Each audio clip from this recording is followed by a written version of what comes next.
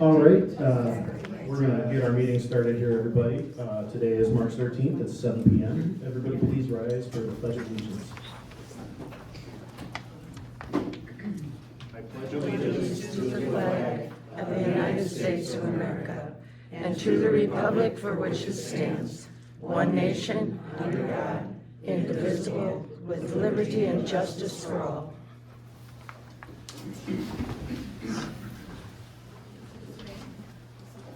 Okay, thank you very much.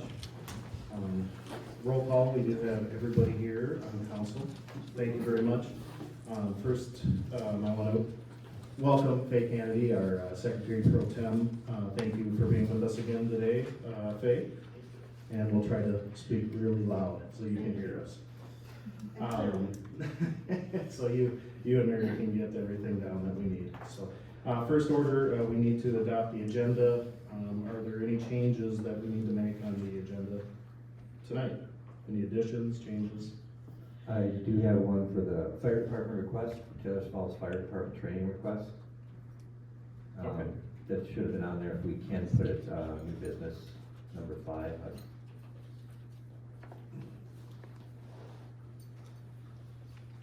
And the information is in the packet on that, so. That's correct. Thanks for reminding me of that, then. Tim, Larry, any?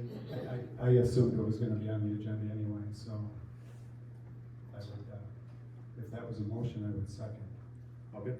We have a second to add the fire department training is number 5. All those in favor? Aye. All right, that passed. Okay, so first we're going to do the public forum. We're going to do things a little different tonight. We're going to do the public forum, and then we're going to give Brad from Abdo time right away in new business. So we'll get to all the business tonight. It might be late, but we'll get there. But I want to make sure that we respect his time as well. So we're going to start with the public forum, and I'm just going to start with Diane Deaton.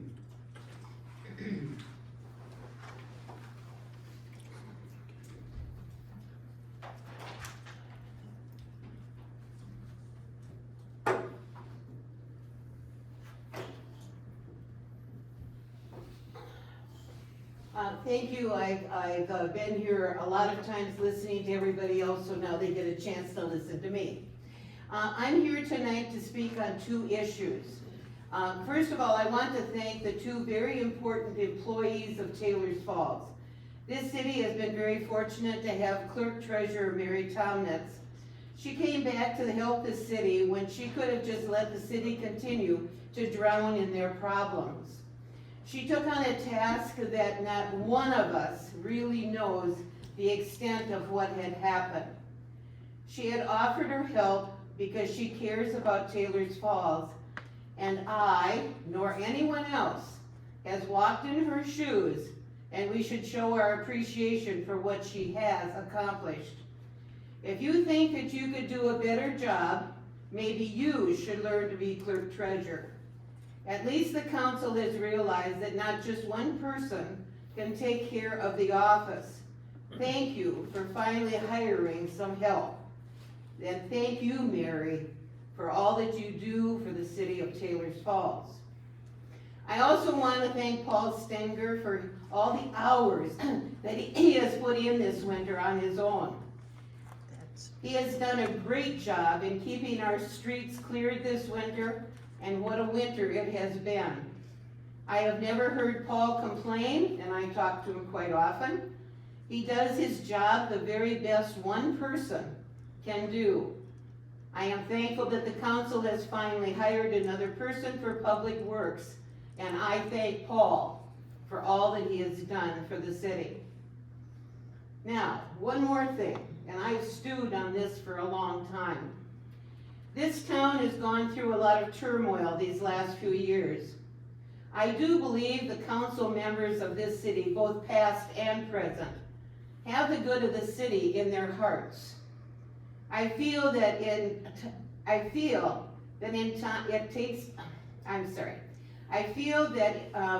time is it. I feel it is time to put the past to sleep and look to the future of Taylor's Falls. We can all keep pointing a finger at someone else, but let's move on. There will always be issues, but the most important thing is to work together even through the differences. And I don't see sometimes a lot of that. 3 things I've learned in life, and I am old, so I've lived for a while, is to walk in someone's shoes if you really want to understand their job. Point the finger just means that 3 fingers are pointing back at you. And what you say or don't say tells a lot about a person. Actions are very loud. Thank you. Thank you, Diane. Our next speaker will be Geraldine.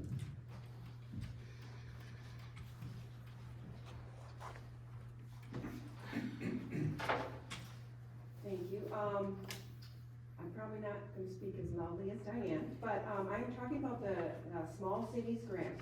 Now, on the audit, it looks like we are close to getting to the end of the grant funds. And we, as a city, had a resolution in, it was 10/04/01, where they established a small city development program, revolving loan funds. And so I would just like to get this information out to the businesses, that this is available for people. We did get a grant of $308,000 back in 2006.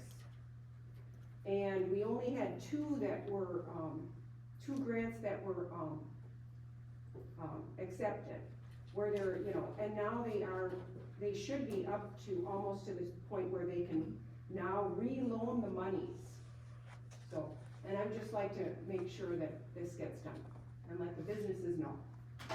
Thank you. Thank you. All right, Molly, you're up.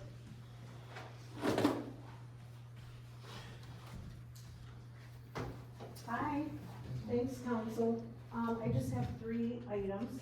One real quick one is, I was gonna make a request for some deer crossing signs. I live on the corner of First and Folsom, and Folsom Street is a regular deer highway constantly. We have deer on that road that cross over and go into the park. And maybe a couple weeks ago, one of our nice city deer got hit by a car. Nobody stopped. The deer was in the road, and the police officer came and dragged it over and killed it and all that. But it would be nice if people were aware, the deer are crossing basically at Folsom and First. They're crossing down at First and West. And they're also crossing a lot on Chestnut. And there's probably 3 or 4 good places that we could have some deer crossing signs so people will slow down. They already drive too fast on those roads, and then you come around the corner from, where Chestnut curves, and there's deer there coming out of those woods. So that was a request I'd like to make. I also wanted to thank Tim for all of the hard work that you did with, finding us a good public works guy. I'm excited. I'm sure Paul is super excited as well. But I did wanna, just make a note of a couple of things regarding the hiring process. I was going through section 400.3, and on the subdivision 5, it says selections of finalists. It says the council may delegate responsibility for screening applicants to other qualified persons, who shall provide a recommendation to the council along with the reasons for recommending the offer of employment to a particular applicant. But when it comes to the offer of employment, it says that the council shall offer employment to the applicant it deems most suited for the position, but all offers of employment shall be made by the whole city council or by the mayor. The council may not delegate this responsibility to anyone. And I felt like that was important only for the reason that, everybody that ran for office, it was about moving forward, moving in a positive direction. But I think also it's about that we don't wanna get into old behavior of not following our statutes and our codes.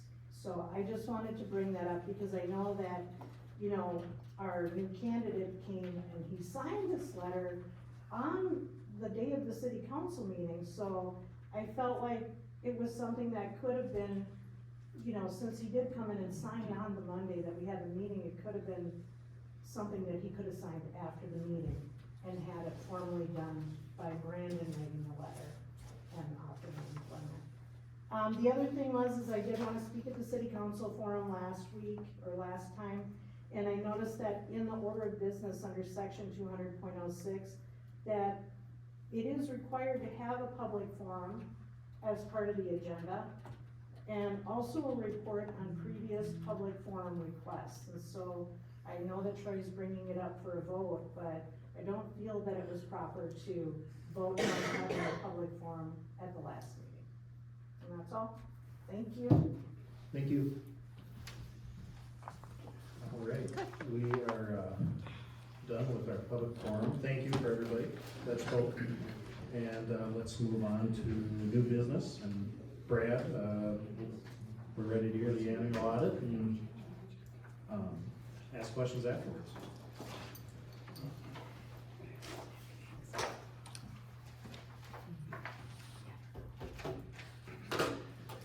All right, well, thanks for having me. So, you have 3 documents. So what I'll do, I'll go through the audit to begin with, but you have 3 documents related to the audit in your packets. And I think Mary even printed some of them, but, first I'll go kind of through just our process and going through that, because we got some of the council members, so we'll start there. So, as part of the audit, we'll send the engagement letter, which you guys approved and signed in January, late January, I believe. So that engaged us to do your audit. So for doing the audit, we'll come in and, we'll read your minutes, we'll get a trial balance from Mary or backup of your software, get the trial balance out of there.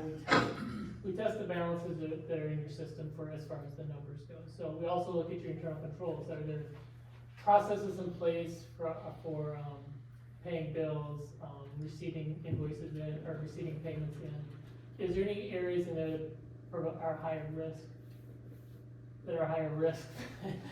We should test further, like high dollar amounts. So, for instance, tax settlements, those types of things. We'll make sure that those are, we confirm with the county how much they send you, make sure they're getting the coffers correctly, make sure they're putting the right funds in those types of things, make sure they're all recorded correctly.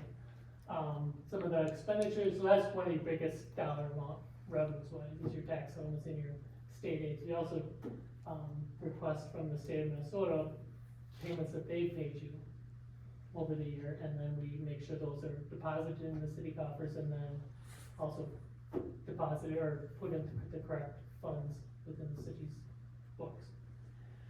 So, that's on the revenue side. On the expenditure side, we'll look at your, the payroll, equipment purchases, those types of things, the bigger dollar amounts there as well.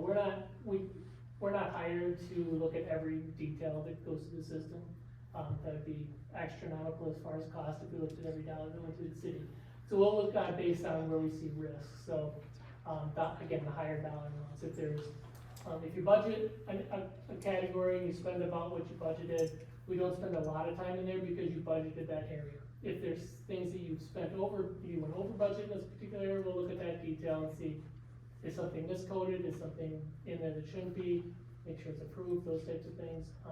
As well as if something is under budget, we'll look at if something's missing, those types of things. So we'll go through those processes and procedures and make sure those are coded correctly as well. We'll do a sample of your invoices, make sure they are following internal controls, make sure they're approved by department heads, they're approved by council, those types of things, and then test those controls or review those controls. Debt service, you have some bonds, we look to make sure those debt service payments are paid on time and out of the right funds as well, so, it's kind of things we go through in the audit. Once we wrap all that up and we're comfortable with where the numbers are, we'll prepare the financial statements and then, present you a draft of those financial statements. We do a summary, which is the presentation that I'll go through, that just gives a high level summary of the results for the audit for the year, and then, we'll present it. This Office of the State Auditor, the State Auditor's Office, requires us to go through a series of checklists as well related to state statutes. So they require us to test they have 6 or 7 checklists that they require us to test as part of our financial statement audit to make sure you're following specific statutes that they want us to test as part of our procedures since we're out here. So we will then issue a Minnesota Legal Compliance report, or letter that's in the back of the report, reporting on any legal compliance issues that we may find, as well as our processes or go through that. So that's kind of a high-level summary of the details. It takes us, we come out here 2 days, was it early February? So we're out here 2 days on site, looking through all the detail, and then, from that point on, there's some follow-up stuff we do with Mary, and then ultimately arrive here tonight. So, that's the process. Now we'll get into the presentation. So, you should have a document that's like this. It's a PDF, but it's prepared through PowerPoint. So I'll go through that first, and again, this is just a high-level summary of what's in the financial statements themselves.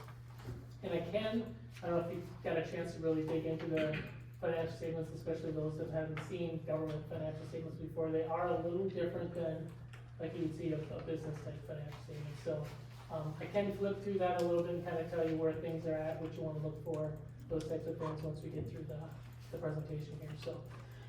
So what we'll do with this is I'll go through the auditor's opinion and talk about our responsibility. We'll talk about the general fund results, that's your main operating fund for the city.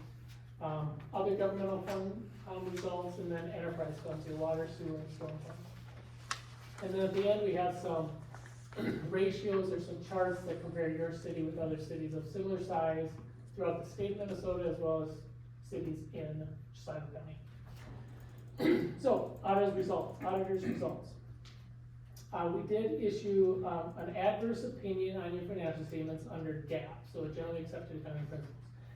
It's adverse because, or a modified opinion because you're reporting on somewhat of a cash basis on your governmental funds and then a accrual basis on your enterprise funds. Governmental accounting standards require a modified accrual basis for your governmental funds, which is going to get into it's a little confusing.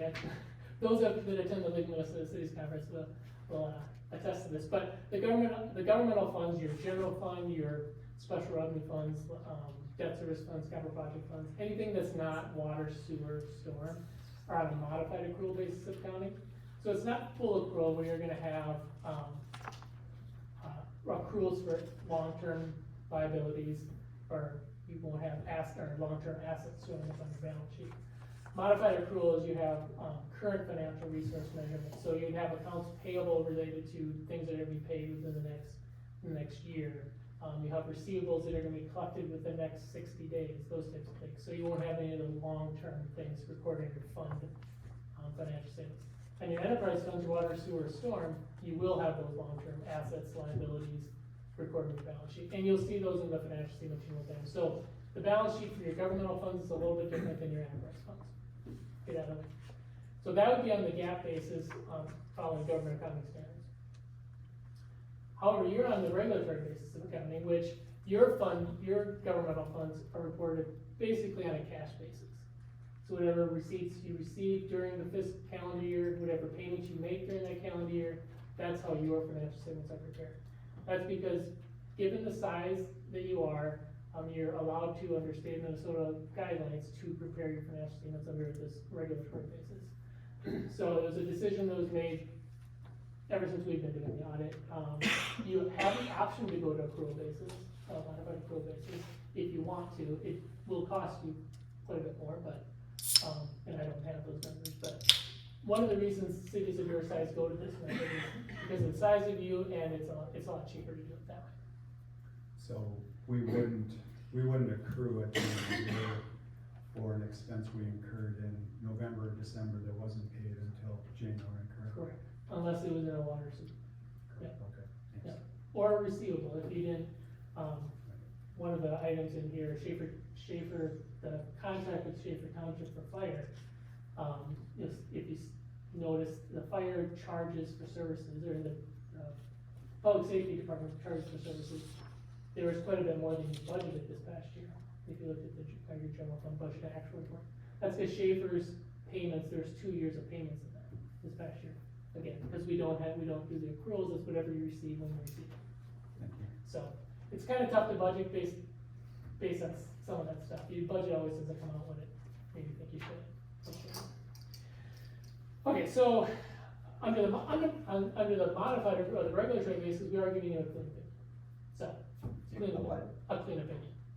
Okay. It's under the regulatory basis that you're presenting, so. So, and then the Minnesota legal compliance letter, we have 5 areas of non-compliance that we reported this year that we'll go through, next. So again, we'll look at your internal controls as well, so if there's anything in those internal controls that we feel should be brought to your attention, that we saw it as we were going through our tests, that we feel are maybe at higher risk of either misstatement or fraud in the financial statements, if we weren't involved, we bring that to your attention as well as a finding, an internal control finding. So we are reporting 4 internal control findings this year as well. Those are listed on the next page. But in the executive summary, they're just listed by title, but in the executive summary, governance summary, they're listed out in detail. So the first one there, limited segregation of duties.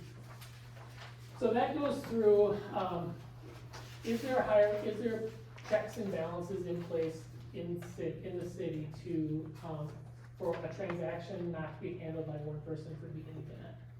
Given the size of your city, given there's one person in the office handling the transactions, that's not possible.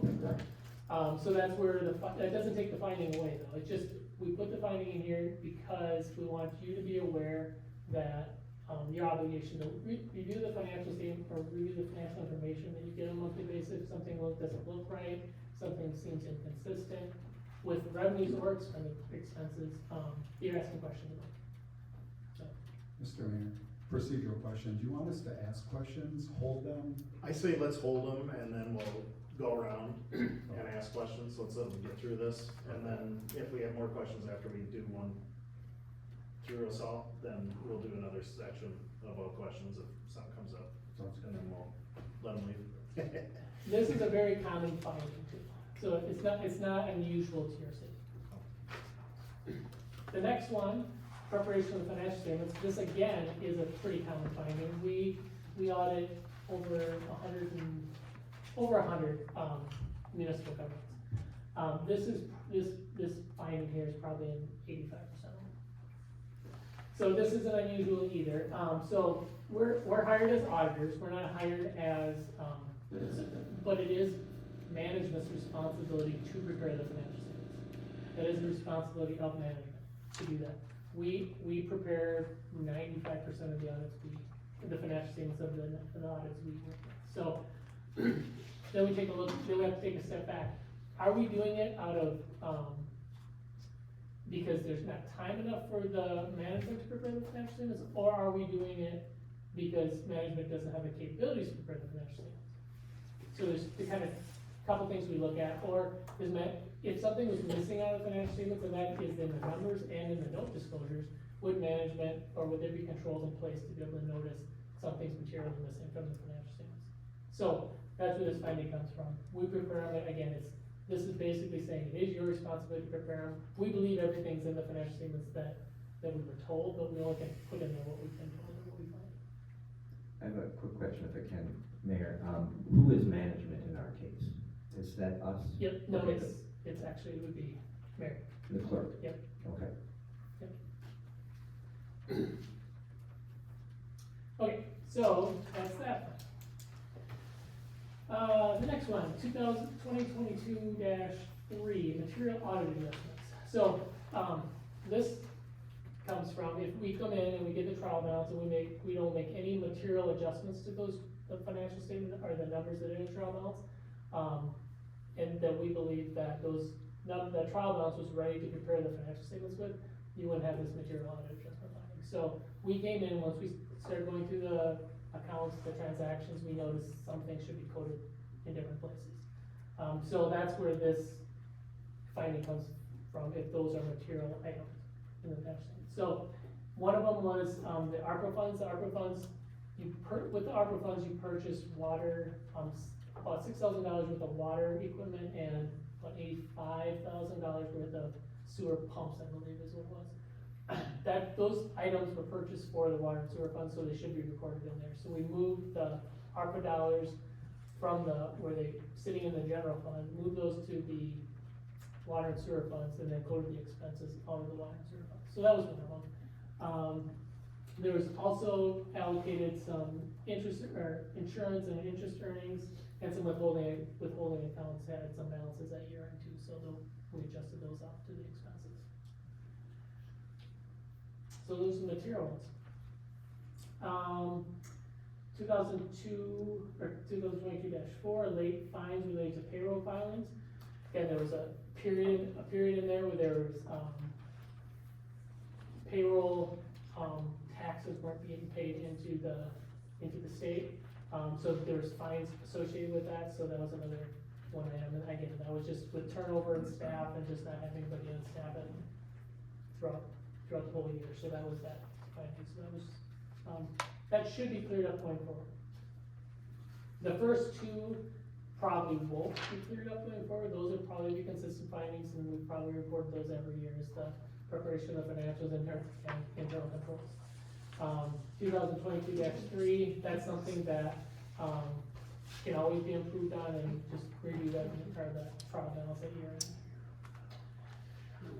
Number 6, or page 6, number 5, council approval of disbursements. Minnesota statute 412.271, subdivision 1 states no order shall be issued until the claim to which it relates has been audited and allowed by city council, so looking for approval at the city council. They're in the minutes, so we did not see that those, disbursements were being approved at city council meetings. So that's where that fine comes in.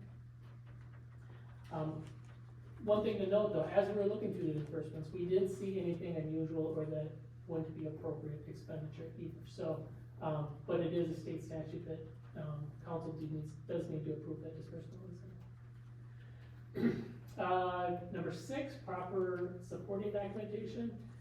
We do a sample of invoices, and again, we would look for approvals, we look for support with an invoice of some type of supporting that expenditure.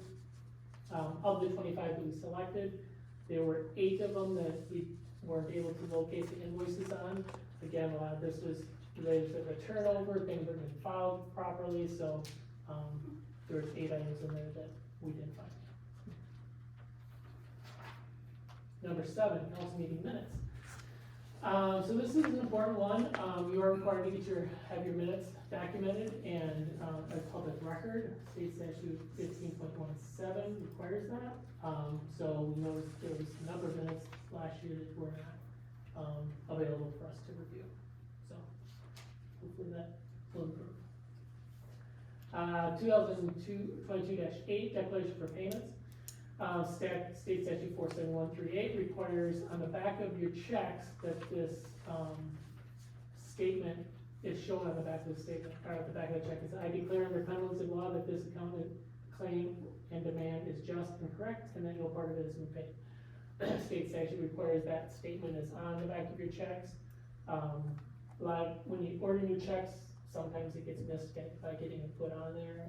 You can request to have it automatically printed on the back of the checks. We recommend that if you don't get it on there, you get a stamp and you stamp every check. And I believe Mary has a stamp and she has been stamping them since we talked about this. So, but the next time you order them, you wanna make sure it'd be just more efficient to have that on the back. Last one, contract for bidding.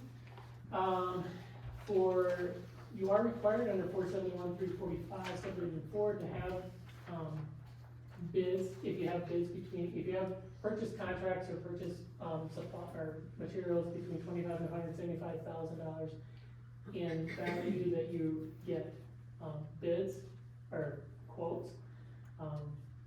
And then if you get those quotes, you're required to keep them on file for a year.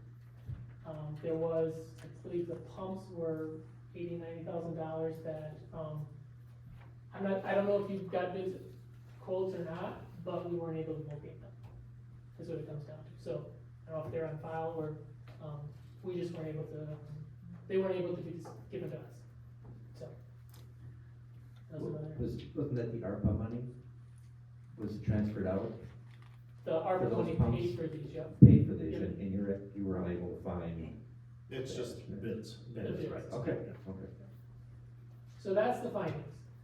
So, maybe we should take questions on those first.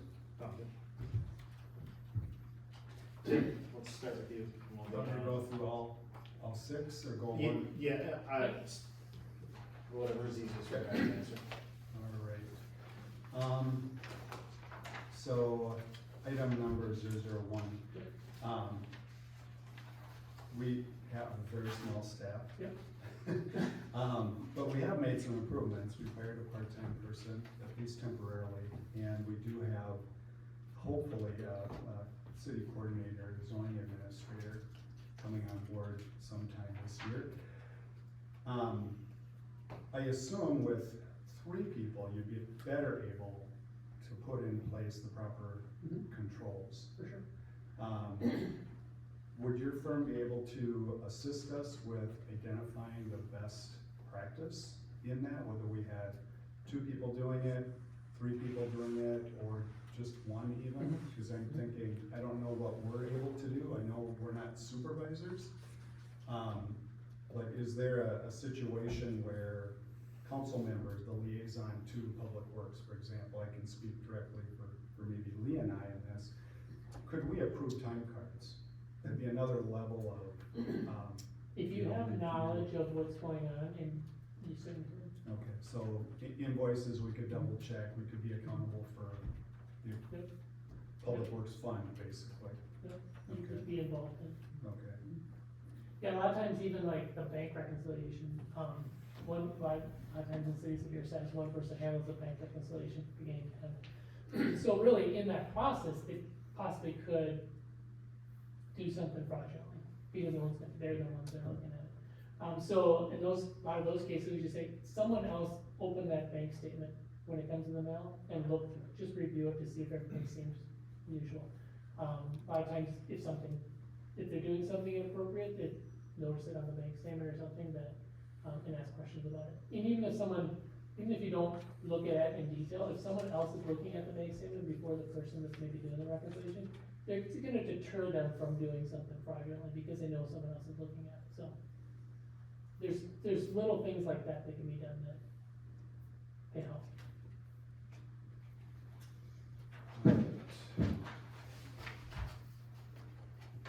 Item number 2. I think probably just pretty much the same question there. We just wanna make sure we have segregation of duties there. Could you speak up so we could hear a little bit more? Sorry, I was picking up earlier. Item number 2, I think, is pretty much just my same questions would be relative to this one, just internal controls. This one would be tough to get rid of. Even Yeah. with, Yeah, this one, a lot of times, someone really needs to have experience preparing financial statements for us to take this out. So you certainly could hire somebody with financial experience, but I don't know if you'll find anybody. so other than getting our preliminary work done better, this one we're probably always gonna have. You to probably look will at. always have this Okay. one, yeah. Thanks for that. Item 3, regarding the pumps, were those funds just put in the Public Works? They The were just put in 101? the general fund, yep. Yep, okay. So the ARPA money was sitting in the general fund, that's where you initially deposited when you got it in 2021, because you didn't have really a plan to spend it, that's kind of a holding spot. You received the funds, additional funds in 2022, the second half of that, and then it was sitting in the general fund, but those purchases were for water and sewer, so we moved the ARPA funds that were related to water and sewer out to water and sewer funds and the expenses. Okay, so they should have gone from general to enterprise then? Yeah. Okay. Yep.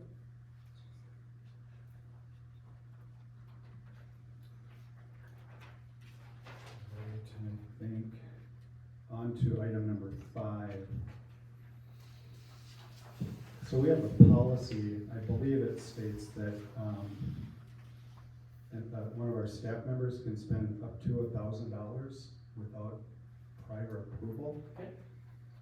does that, I don't mean it to sound bad, circumvent the need for council approval, or does it always come here? It always comes here, so Okay. they can just pay it before a council meeting. But it's still, when the council gets the listing of disbursements, those items that were paid in between the council meetings that they have authority to pay, should be on that listing. Okay, so they can be paid. Yep. And so we're just getting an FYI Right. here, we can ask You still questions. approve, and you still retroactively. approve them, yeah. Right, okay, thank you. Cause I'm guessing that could impact, an item like payroll, cause we have 26 payrolls in a year and we only have at max 12 meetings a year, so. Is payroll approved prior to council? Payroll's approved during the budget process, and when Okay. contracts are approved, and their pay rates are approved. So long as it's within budget, then, okay.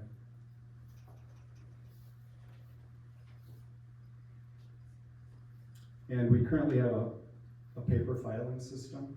I understand the Banyan system won't accept digitized I invoices. think there is a module, that they're rolling out.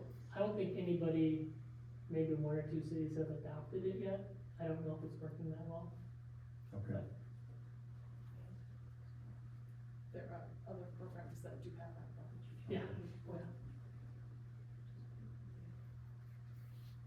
and another question I had about, you couldn't find the invoices, and I've never signed a check, so maybe Brandon, I can ask you this too. When you sign a check, is there a copy of the invoice with that check when you sign it? Yeah, yeah. Typically, So okay. like even with payroll, time cards are there, check, I go through the time card, there's a spot that I initial after I look at the hours, sign the check, and then same for like Excel Energy, the bill's there, every Excel Energy bill we have, and then there's a check for each. Okay. Have comfort with that then. So that was probably just a misfiling, something got lost, I would assume. Minutes, we know. The only question I have for the declaration of payment, that was a surprise to me, I had no clue that was a requirement. Has the city historically had that printed on their checks? They have had it, yes. Okay, So it must have been just the last order. that they had. okay.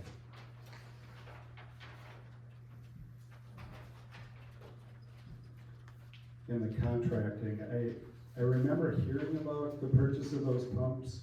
I don't remember exactly, but, the term should be obtained if possible. So if there's really only one vendor that would have been able to service us at the time we needed this, that would have been the only quote we would have been required to get, Yep. unless it was over 175,000, I would assume. Could you not find that one Correct. quote even? So there were none. Okay. I think that answers all my questions. Okay, you're it. Well, you covered most of what I wanted.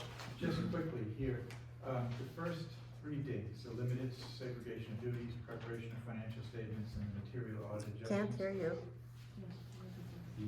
Kinda have to have it in your mouth almost. Can you hear me now?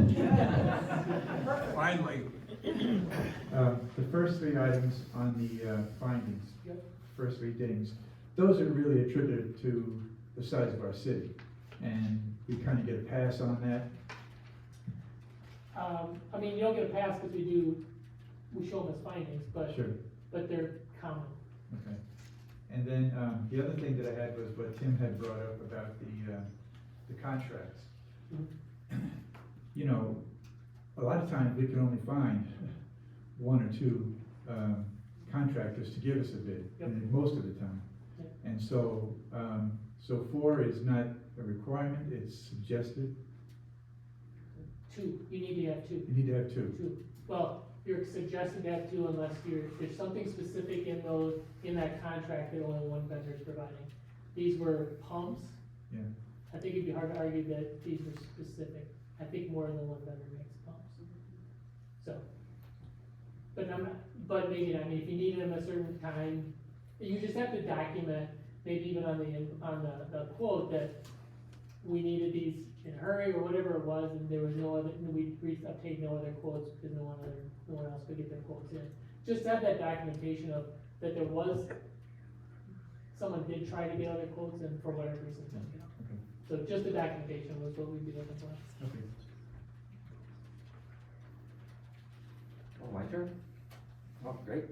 So, are we gonna go through the financials as well later? Okay, so we're basically gonna stay on the findings at this point. Yep. I wanna apologize to you. After I was elected, was it 2021, I think I called you looking for some audits, right? And you said, that's out of our retention policy, and you don't have them. Over the past couple of years, I've started to understand what your responsibility is a little bit more. I'm concerned about the transparency and the openness. I think when we're here for a while, and I think this goes to the previous administration, I think the financial board held a little close to the vest. I was having a hard time getting answers. I'm still having a hard time getting answers. And you can feel free to disagree with me, but I understand your job as to basically pull those cards away from us, throw them on the table, and show us what we have. It's our responsibility to do something about it. So I do understand that most of your answers are not judgments. I think you mentioned that. Wherever you can, if I have some questions, if you can't answer me, if it's one of those judgment calls that we have to determine on our own, then please let me know. Okay. But I just wanted to apologize for that. No, it's and okay. I understand things a lot better now. I appreciate what you're doing for us. I did get those audits incidentally, but I did have to go to the state Yep. because the city wouldn't give them to me. So I'm still having some difficulty there, but,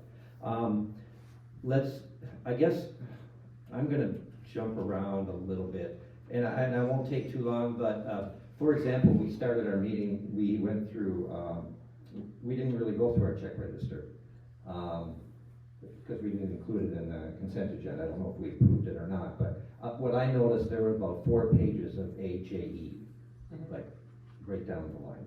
I'm guessing those are the audit or journal entries? Those are entries that when I reviewed the packet, those look like the entries that we provided for December. Okay. Adjustments, yep. Okay, so those were adjustments that were made in March. They were made in December. They were made in Yeah, December? they were posted back to December. They were, Yep. okay. Is that something Abdo did, or is that Financial Solutions? That's something we did as part of the audit. Okay, so that's all rolled into the audit, Yep. the expense of the audit. Okay, and we'll get to some of that later, but thank you. I guess my question, for example, 2220001, limited segregation of duties. I asked you before, and I'm sorry for breaking, but who is the management? You said it's the clerk. We have a very limited staff. Are we running into some inherent conflicts there with the management, one person making these decisions? Council and makes the nobody really decision. checking in? Council makes the decisions, Okay. management processes the transactions. Okay. Yeah. Good, that's good to hear.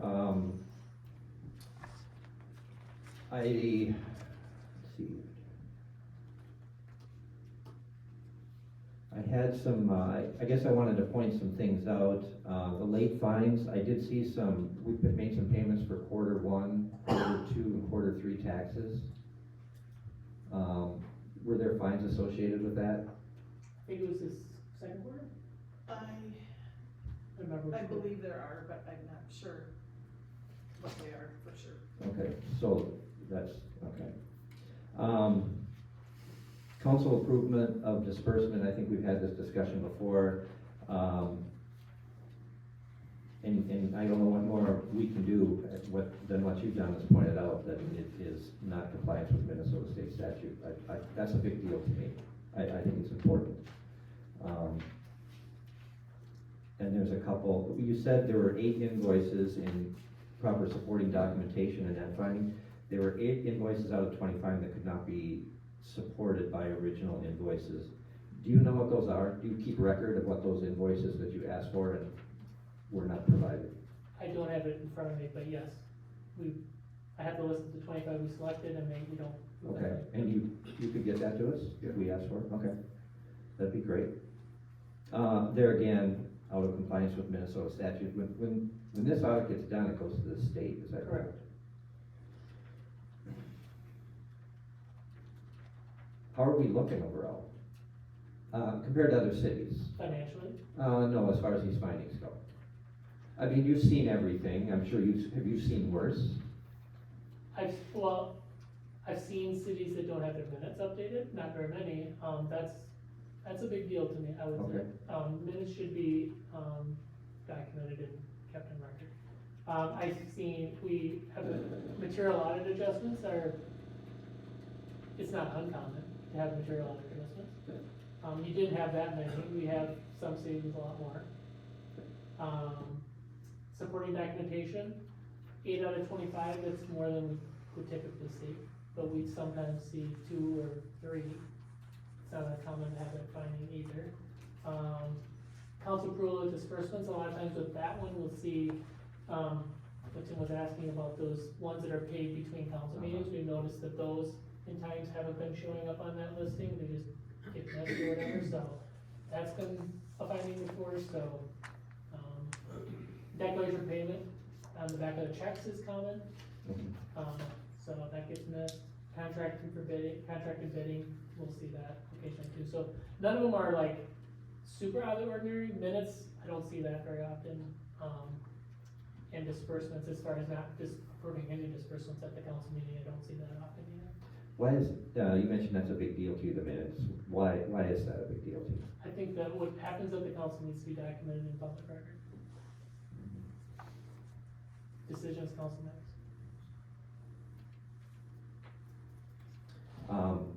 All my other questions are gonna be later, I think, financials, so. I'm good.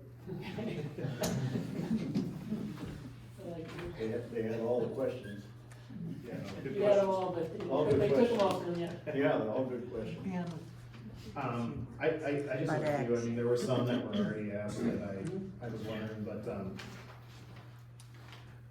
005, approval of disbursement, obviously, we should be doing that. A couple questions, does that also include, like, when we're doing internal fund transfers, are we supposed to approve that before it's done? Transfers? Yeah. You should be Any- approving transfers, yep. Okay.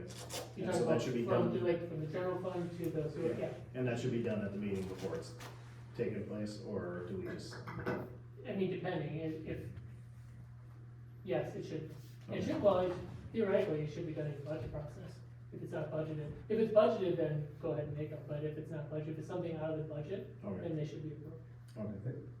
Didn't we have a resolution earlier this year for that transfer from, That was for water sewer, the enterprise fund?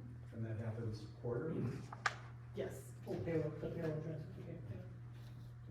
That's in the budget, That's similar to what, yeah, the budget. And then,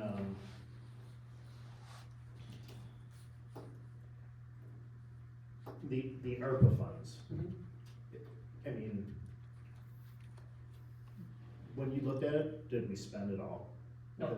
So we We haven't, got 25,000. and how long do, 25,000. what is the date, is that till 2025 now that we haven't been able to spend them? Till December 31st of 2024, you have to spend it, unless you are entered into a contract and incurred those expenditures, then you have through 2025. Okay, So, I remember that at the training with Lee, they were talking about it's very imperative that we spend it, yeah, or we have to send it back, correct? Yeah. Okay. and, yeah, right. Okay.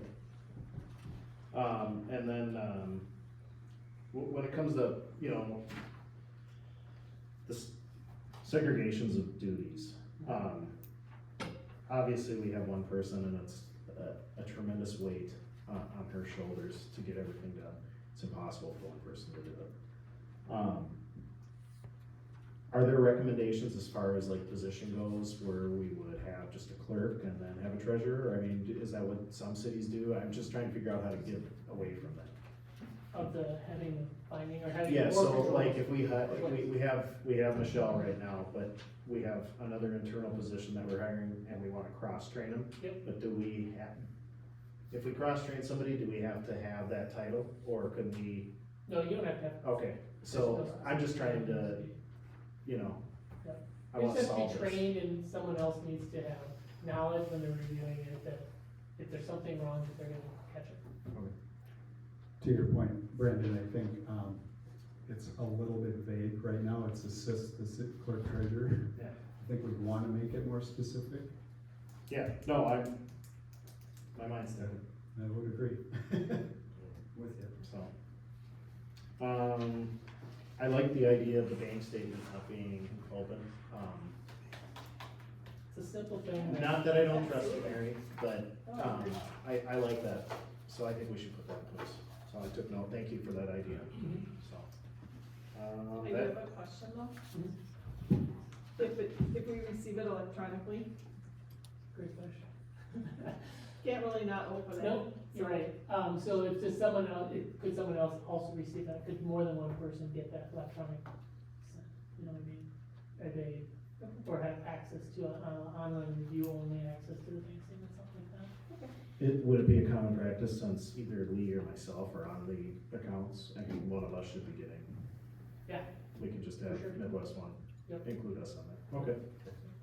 You just basically log in there, Brendan, so you just need to log in. Okay. Probably just a read only. Do you bank there? So do I. Okay. I was gonna say you could have that one, but, okay. No, that's good. I have more questions for the financials. Okay. But, I'm done. Are there any other questions on the findings, guys? No? Okay. Yep. Oh. Good. All right. Trey, you said you're good? Yes, I'm good, Okay. for now. All right. Oh, can I do have one. Any of the, changes in the accounting practices, will they have a material impact on how we do our Oh, business? the ones in the back? Yeah, They're not going to have major impact. A lot of these are, because you're on the regulatory basis, they really won't need to be implemented. Good. So, When you submit these to the state, what are the odds of us getting fined? you're not gonna get fined at all. Okay. They'll follow up, potentially they'll follow up on the findings at some point, but that's it. They'll just wanna make sure you're going in the right direction and addressing them. Okay. Yeah. Thank you. Okay, then we'll go to page 6 of the presentation, where we talk about the general fund balances. So, this chart, the top line is your budget, your annual budget each year. This is just the general fund. So, in 2023, you budgeted just under $640,000 of expenditures. The line, the other line in the middle there is where your fund balance reserves are. So at the end of the year, we'll take a look at your fund balance, so how much you have on reserve to help support your next year's budget. So, up until 2021, you've been about 50%. In 2022 year, you dropped down, at the end of this past year, you dropped down to 17% reserves. There's a few things involved in that. There was some sidewalks, I believe you did last year, some higher repair and maintenance costs you had, some other equipment I think you purchased, so really brought that fund balance down this past year. That shaded area in the middle, you have a fund balance policy, you have your fund balance between 35 and 50%. That's where that shaded area is, that's the 35 to 50% area. So you dropped it down below that this past year, so you'll wanna look to build that up in the future. was this number pre or post the journal entries that you made? This is post. Yep. Everything in here is final. Then page 7, so this is your budget actually. So you can see your receipts, the top line, we have the original budget, you did amend the budget, by 17,000, but, so your final budget numbers, actuals are the second to last column there, actual receipts are 730, you budgeted 639,000, so I had about $90,000 over what you budgeted in the general fund. You didn't budget the ARPA funds, so that's 56,000 of that 90. And then earlier we talked a little bit about the public safety with the Schaefer contract, that there's 2 years of payments in there, so that was another 16. So then there's just some miscellaneous things after that. Those are the 2 bigger ones. On the disbursement side, about $240,000 over what you had budgeted. And again, there's sidewalks for $117,000 that weren't budgeted. Streetlight repairs for 11, some fire command trailer up system compares to that. So, Okay, yeah. So there's a number of different things in there. Maybe, Councilmember Giuliano, do you remember where did the, $60,000 toilet up on the hill? Where did that, what fund did that come out of? Was that general fund? We have been budgeting for that, for the last couple of years, and then, I believe it came out of the general fund. General fund. Other fund things. So there's $160,000 right there with the, Heritage It was out of Park, the Heritage Park Fund. That So was, that, it was, Or the capital fund. that was, yeah, that was a 400. I don't think that was in the general fund. no, not so either.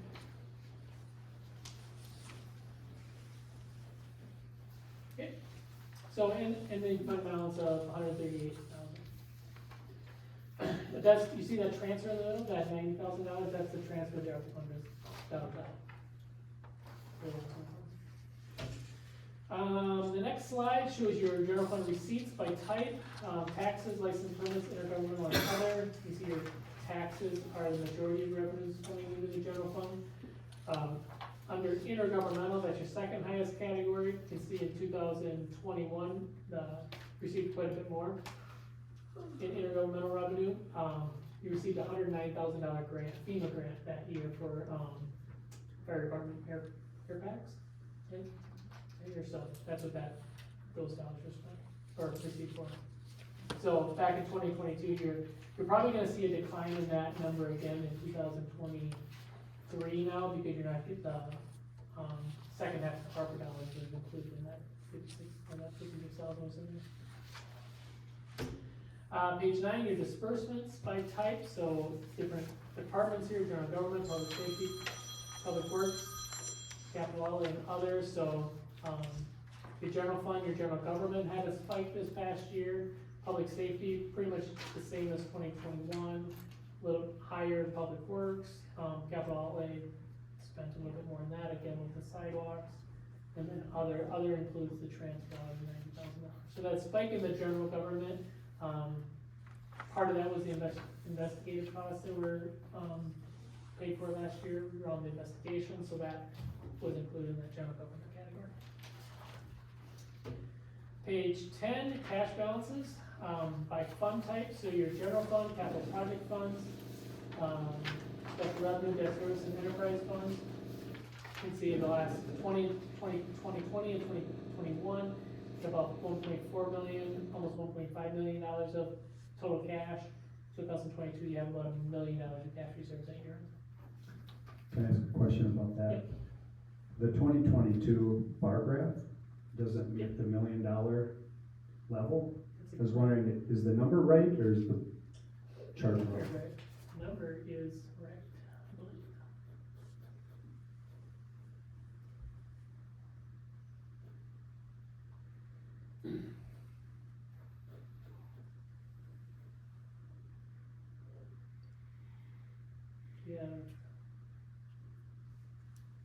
Yeah, the number's right, the chart's wrong.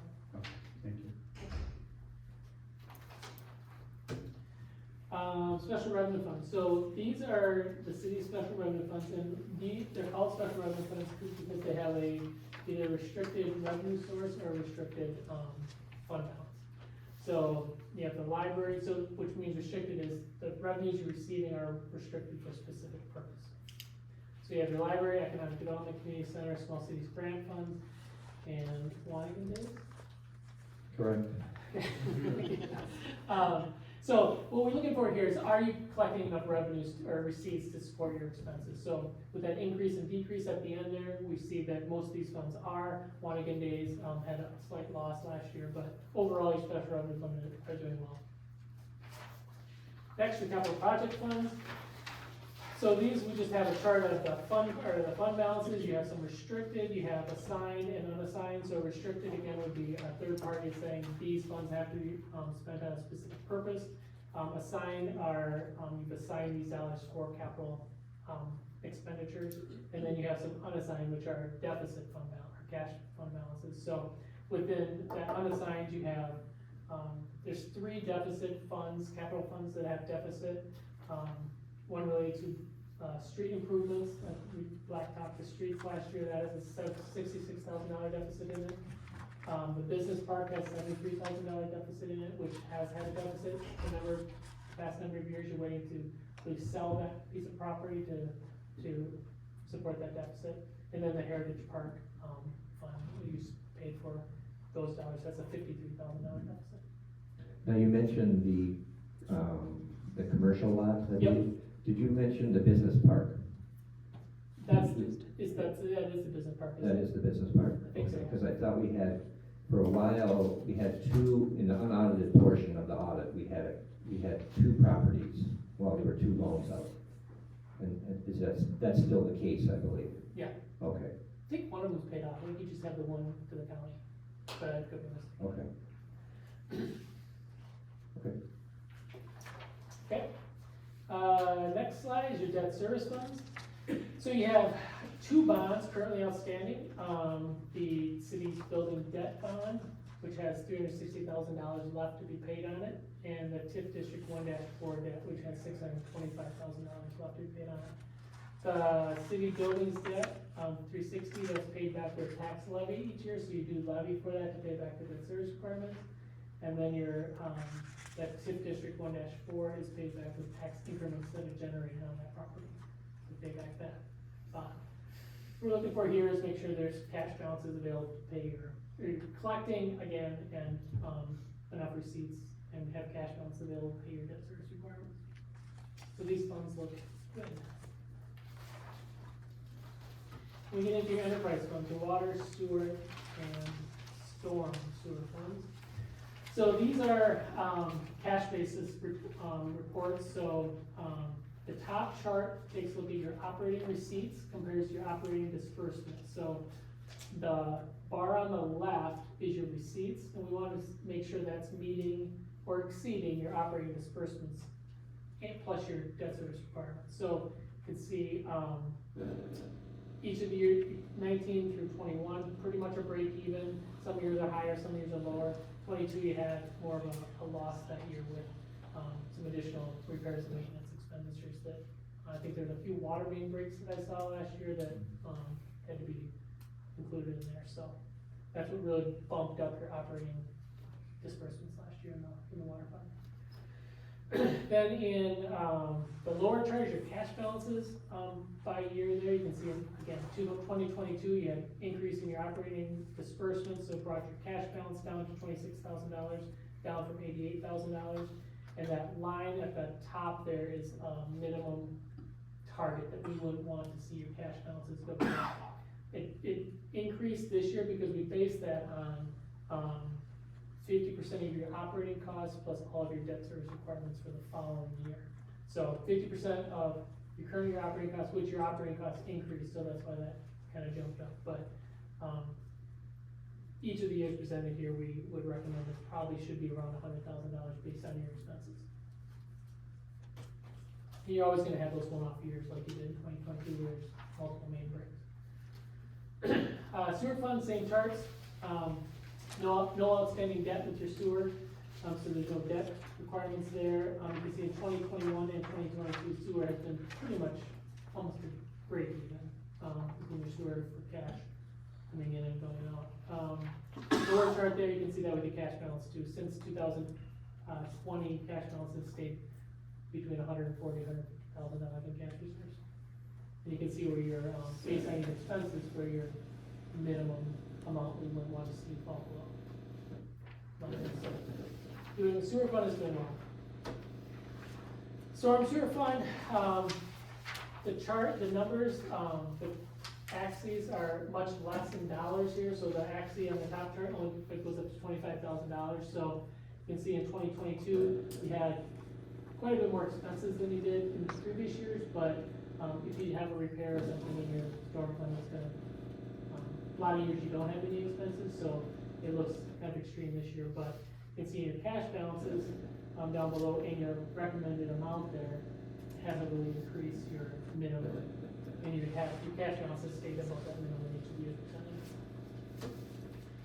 Okay, then some performance indicators. So here we're comparing, these are the charts that I alluded to earlier. We're comparing your city to other cities of similar size, which would be the class 5 cities.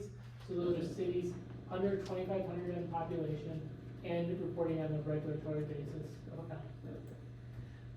So that's what that first bar is on each of these categories, and then the next one is other cities in Chisagua County, and then your results at the line. So the first, tax rates, that first chart, you can see you're trending down, so you can have, so a lot of cities may have a policy where we don't wanna increase our tax rates, or we think our tax rates are too high right now, we wanna try to work those down. From a resident's perspective, they probably like seeing this tax rate go down. But long-term for the city, you gotta kind of look at that, where do we wanna build up reserves, whatever you wanna do, and kind of manage that tax rate into the future. So, the last 4 years, you have been managing that to be down. Can I ask a clarifying question about Yep. the cities in Chisholm County? Are those other classified cities or All all cities. cities? All cities, yep. Then we got taxes per capita on the other one, so you can see as far as what residents are paying, in taxes per capita are quite a bit higher than others here, plus spending just over $700 per resident, where your peers are closer to that $400 or $500 mark. Debt performance indicators, so here's looking at all your long-term debt per capita. You can see both in 2019, you were slightly below both of those peer groups. In 2020, you were above that, but again, those are just comparisons. The main thing you want to be looking at is the trend in your city, and you have been that line is trending in a positive direction related to debt. Disbursements. So here we're looking at what other cities are spending. The first chart is the current disbursements, so taking out any debt service, taking out any capital outlay, those types of things. What are other cities, again, of similar size spending, just like general operations? So you can see you're spending last year we have comparative data is 2020. So, you're slightly higher than others in, Chisagua County, and then slightly lower than other peers across the state. In that category. We get this information from the state auditor's office. They don't have the data out for 2021 yet, so, we don't have, obviously we're not gonna have 2022, but, we don't have 2021 yet. The next chart, capital, this is gonna fluctuate from whatever project you have going on during each year. We may include it here just so you can kind of see what others are spending, but, the comparative data, 19 and 20, spending less than others around the state, or less than others within the county, but a little bit more than others across the state. So those pumps that were put in, was that considered a capital expense? Not here. Not here, okay. These are just your governmental funds. Okay, Yep. this is just government. So these would be the sidewalks, the street, the street related, the block topping, those things. The last chart is, debt service coverage ratio. So you do have a bond in your water fund. So with that bond, this chart shows, is your net operating income, are you generating enough net operating income to support your debt service requirements? So if you were, these lines would be at 100% or higher. So you're at 17% this past year, again, because you have a lot of main breaks, it didn't generate the net operating income of that operating revenues and disbursements. So, this year, prior years, you've been above that 100%, this year with those additional, kind of out of the ordinary expenses, dropping. So that's a summary of the financials, or the results. Do you want me to go through the financial statements to show you where things are, or do you want to go through questions now? Why don't we do questions now, Okay. just so they're fresh? Okay. We'll start on Tracy this time. Okay, well, my question was on the general fund, and now maybe we'll get to this later, so, let me know if you will look up the excess expenditures over appropriations, something I looked at. Okay. We were 238,500 over. Yep. Right, we spent more, than You budget. than we budgeted for. And that's in 2022. In 2021, we were $216,000 over. Now, when I go back to 2020, we're 60. In 2019, it's 56. So that was that's a $140,000 jump, between 2020 and 2021. Okay. And then it held at 2022. So it's almost like what happened there? I mean, that's a huge amount of money. It's almost like a change of agenda. That's a lot of money to go over. And I remember when you were coming in before, you would talk to us about our general fund was actually too high. We had a higher balance than we should, above the 50% level, right? You're above the We're at 50%. 63, yes, right. So now we're down to 17. 17, right? Mhm. I'm just kind of curious as to how something like that happens. How, have you seen that before? Sure. Okay. Yeah, so, I mean, you did the The sidewalk. sidewalk at $100,000. Which is approved at council, so that was all, but it wasn't budgeted. Right. So it's stuff like that, and if there's repairs and maintenance things that pop up during the year that aren't budgeted, they're not expected. But this is 2 years in a row, 2021 and 2022. I mean, it's a drastic change in pattern, because even if I go back further, 2018, 2017, we're maybe around 40, 50. Could be a budgeting issue. Okay, budgeting too low? Mhm. Could be spending too much? That one you don't want to answer? Okay. I knew I'd get one of those. You're just gonna go, no comment. Okay, well, thank you for letting me, Yep. bring that up. That's all I've got on this one, I think.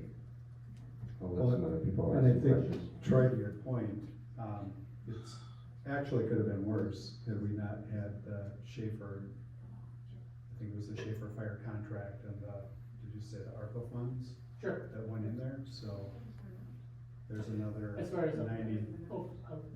reduction in fund. Right, we had more revenue than. we Right, but expected to. I understand that, but I'm pointing to the trend. Right. That's a huge difference, so I'm saying there's there's a bit worse. Well, I know you are, you're the optimist, I guess, No, right? I'm actually being a pessimist in this case. But there's almost, this is something I know Brad is going to use, but there's almost there's a change there, in my opinion. Yep. An intentional change. Now, that's the one thing, and we don't want to get too negative, but we are talking about the previous administration, right? That's what we're looking at, we have to remember that, this is 2022, this is a new council here. So regardless of what we think of how we got here, if we claim that it's the previous council that is responsible for this, what you're looking at now is the council that's responsible for cleaning it up. Okay? And I think all of us need to keep that in mind. Thank you. I see you got a ton of questions. I'm good. Tim or Larry? I'm good. Brad, you did a great job of explaining. Yep. Tell us exactly where we are, as usual. Yeah, I just wanted to make sure people understand what I was saying. Had it not been for increased revenues higher than budget, our year-end deficit would have been worse, correct? Your reduction in fund balance, yeah. Yeah. Yeah, so instead of negative 239, we'd have been almost 300,000. Correct. But you started higher at the beginning, because you received that money the previous year. Okay. Always the silver lining. I think you answered most of my questions along the way. I probably strayed from protocol.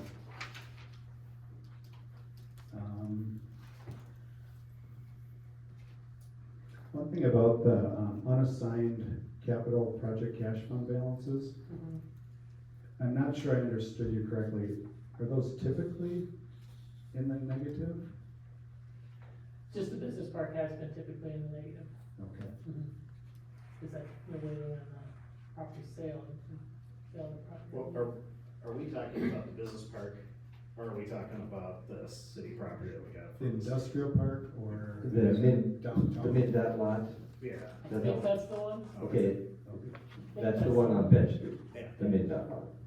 Okay. The business park is the one out on 47. yeah, Okay. I believe this loss or this deficit is related to the lot downtown. yes, All I right. believe so. And one thing we discussed, Brad, a couple of years ago, was that, you know, that's the difference between the GAAP compliant audit and the regulatory audit that we're under right now, right? Because our unaudited balances, our debt is at the end, it's not included in these final numbers, is that correct? Your bonds are not included as a liability Okay, thank you. So from a in the balance, governmental funds. Waterfront it is. Right, but I think Tim's gonna ask the question that I think if you look at a regular, we can't use a regular balance sheet. Mhm. It's not, it doesn't come out in a liability in that sense. Yep,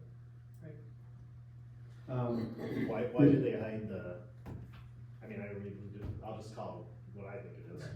Magic. The $1 million empty lot down the road, I mean, why do they hide that? I mean, why Hide isn't it? from, Yeah, or debt, I guess I just, cause in my mind, obviously I'd love to see it filled, but we owe money on it, so why isn't it included on like your audit report? To me, it just hides it, I mean, if I weren't here asking these questions, I would be at home. it's showing as a deficit fund balance. Okay. So it's Okay. there.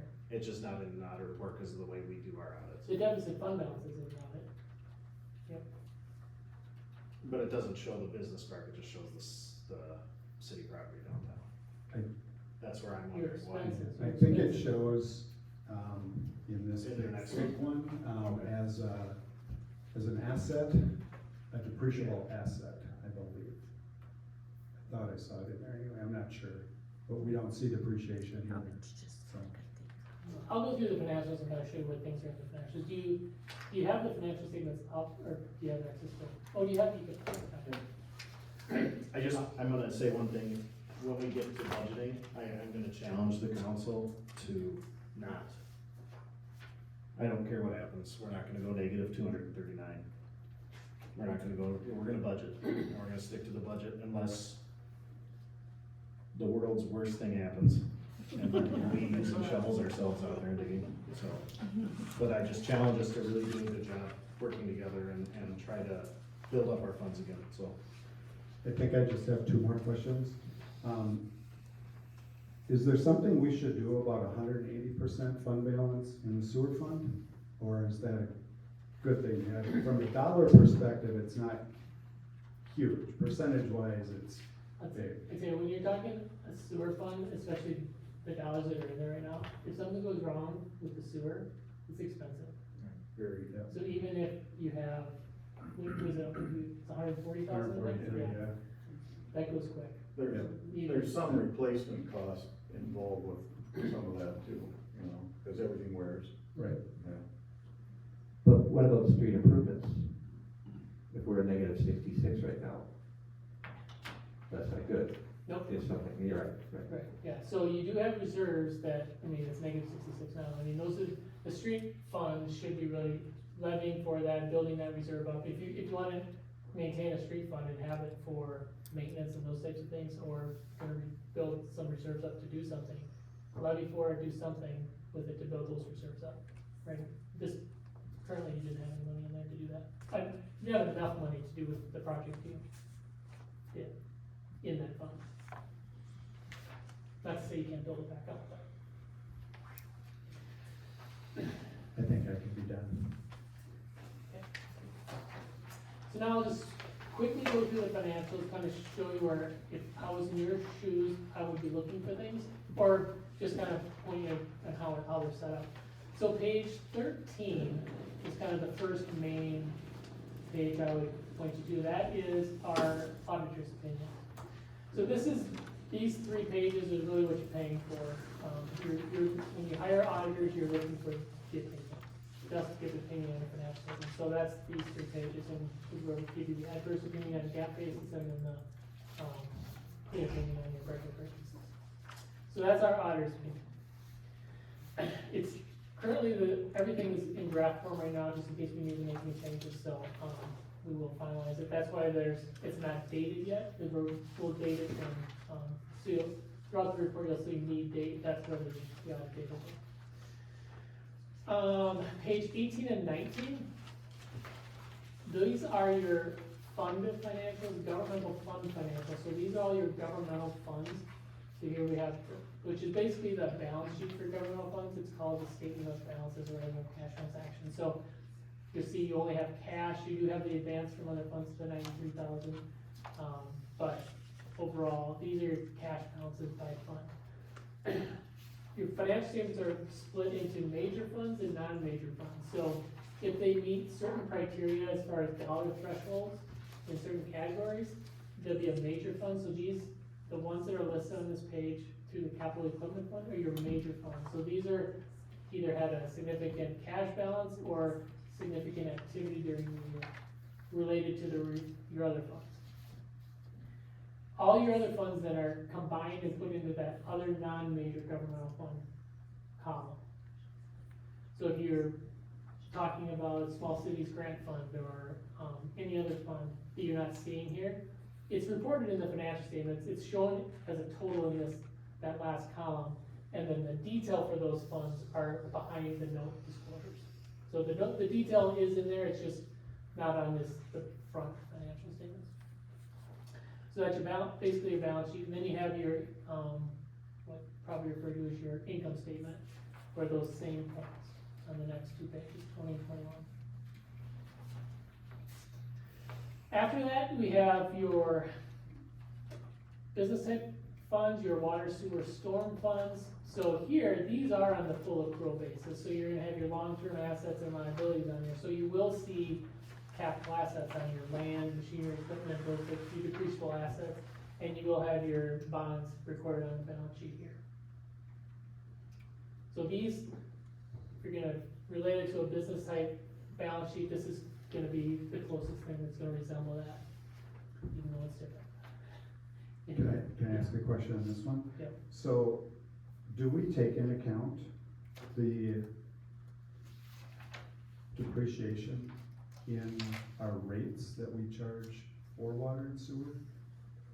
Or do we just try to keep a balance, a cash balance? You should be building those in to build up that cash balance to do those, repairs and replacement.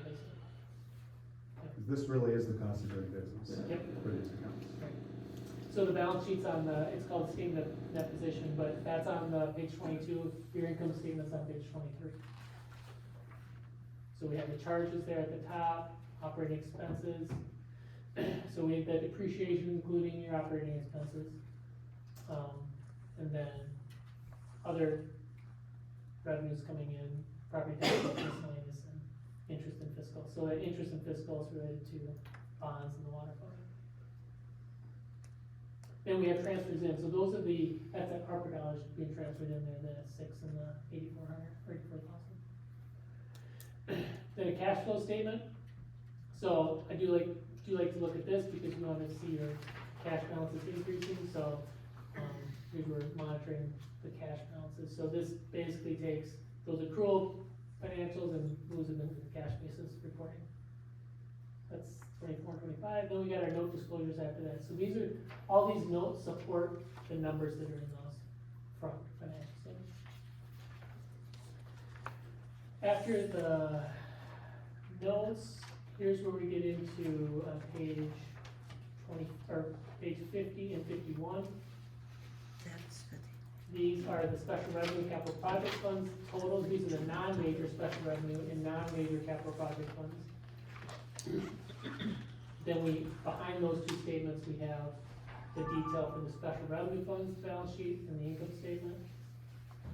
Then we have the detail for our capital project funds balance sheet, income statement.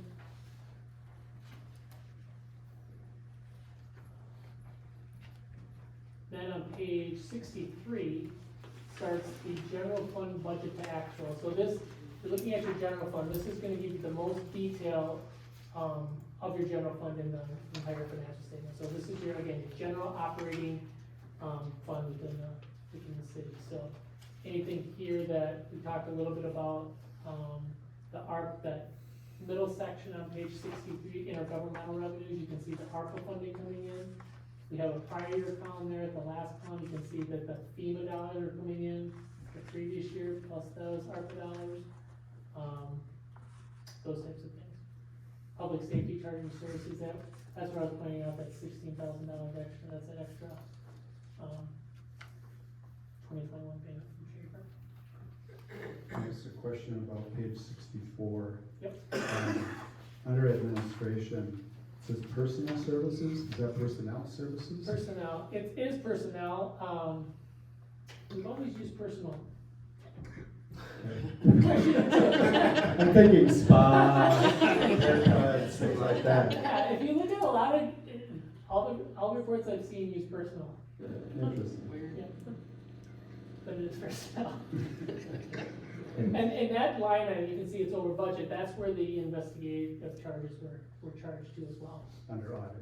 Yeah. So those were unique Under administration, expenses. yeah. Under administration. Under administration, Okay. So that's that 158,916, that's the Yep. litigation is all. Part of it's it, all in yeah, there. Okay. well, yeah, part of it is in there.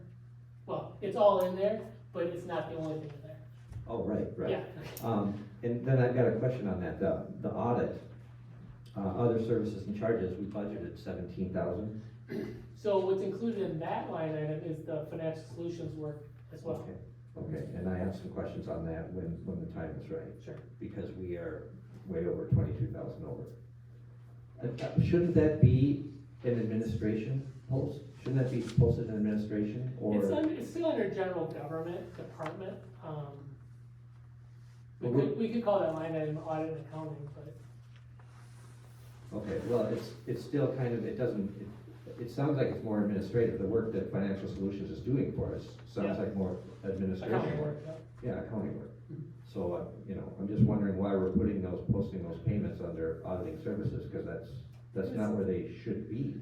It's contracted, I don't know, I mean, we can move them. But- Typically, you put them where you budgeted for them, you didn't budget for them, so. Right.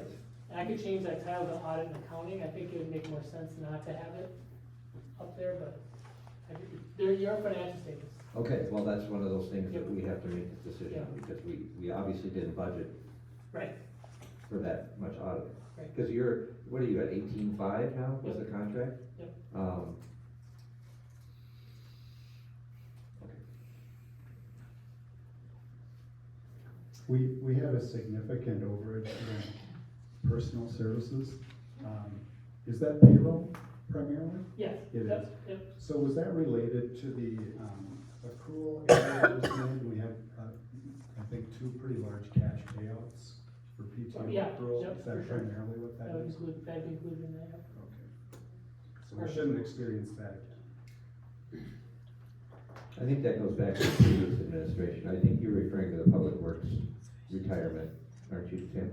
No, there were some errors in calculating PTO, Oh, okay. if I remember right, and it was the previous director of Public Works, and I can't remember, there were a couple of positions that got a pretty sizable correction to their PTO, and I think they cashed out, Right. if I remember right. I have another comment.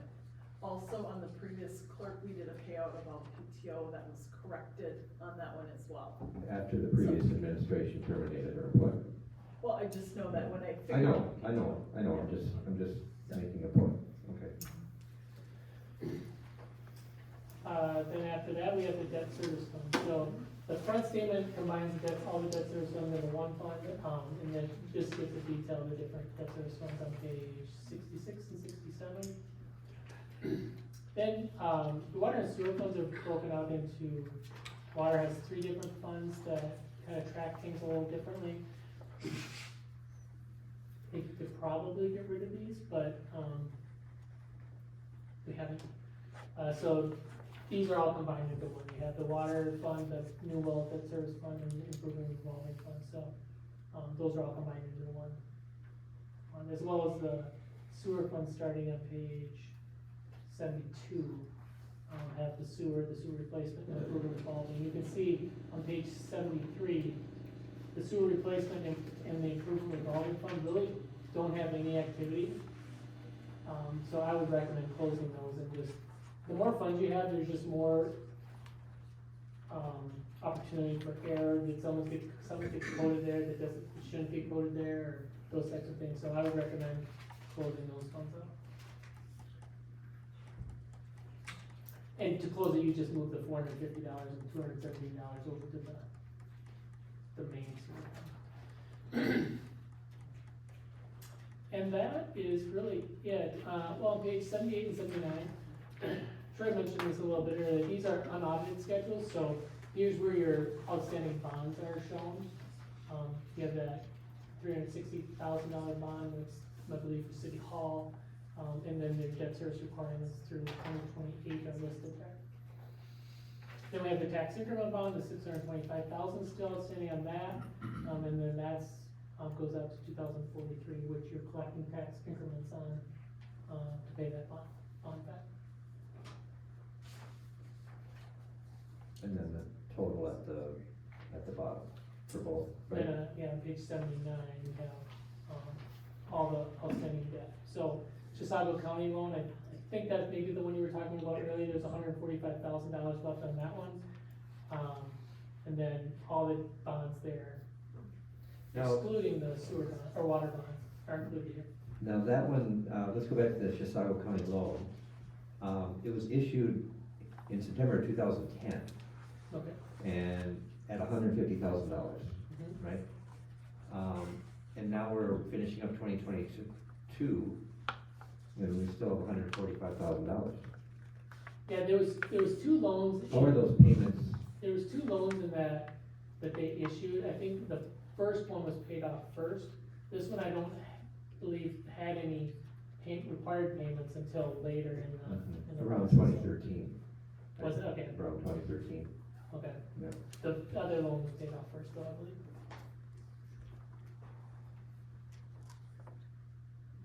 So we could go back and find when that happened with these audits, right? We could find out when the Sure. two were merged together. Yep. Because I think that's one of the audits that I was questioning, looking for. Okay. It was around there 2013, 2015 or something. Okay. Page 80, this is again, an unaudited schedule. These are all if we were gonna record accruals, these would be the accruals that we would put on the books for your receivables and, payables that are currently not on the books. These are more of a cash basis. But again, we didn't audit these numbers, we got a list from Mary, these are the things she noted and she received in 2023. These are things she noted that she paid in 2023 that related both back to the previous year. And we just make a listing.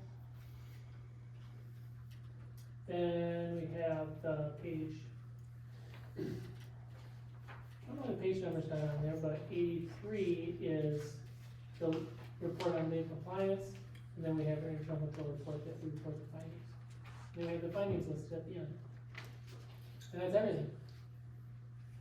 Is there anything on the Minnesota legal compliance you want to point out to us? No, we've already talked about the findings, Okay. so.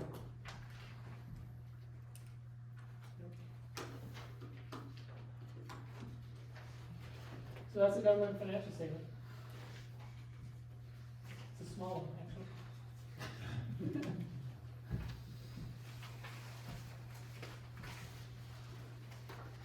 Any more questions on the audit?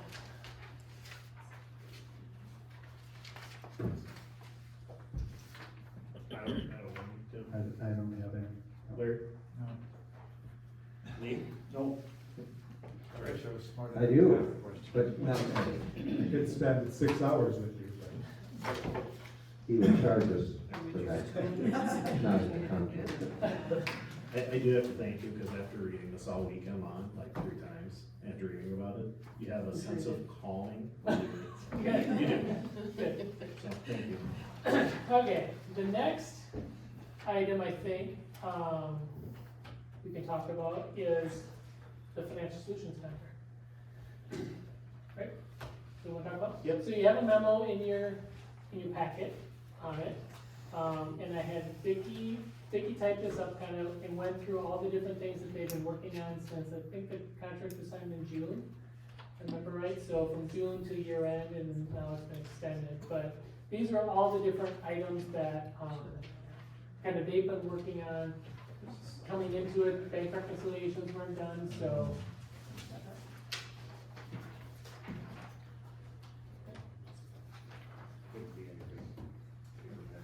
Go ahead, I'll So some of the things that they worked on, bank reconciliations weren't started for the 2022 when they started, so they came and assisted with those, getting those all caught up. And Mary's doing them on her own now, so part of getting them caught up and training Mary during that process was, she's doing them on her own now. She got January, February done last week, so it's really good that those are all caught up. And So which one was that? Which one was that you bank mentioned? reconciliations, the cash Okay, reconciliations, that's so the lower section. she's all caught up on that. Yep, Okay. it's caught up through February, so want to get those caught up so that your reports you received in this council packet were up to date. Right. So, and related to payroll, a lot of those payroll tax filings weren't done. So we worked on getting those all caught up, getting those payroll filings in. Kind of went through with Mary how to do those going forward and make sure those get paid on time, and went through that whole process. The quarterly reports for, the payroll, just did all these, and I don't read every one of the items on here, Right. but they're all listed. So these are the types of things that they're working on throughout the year, just the general day-to-day processing of transactions, and from June, it was just a matter of getting everything caught up until to current. So these are all the things that they worked on to get there.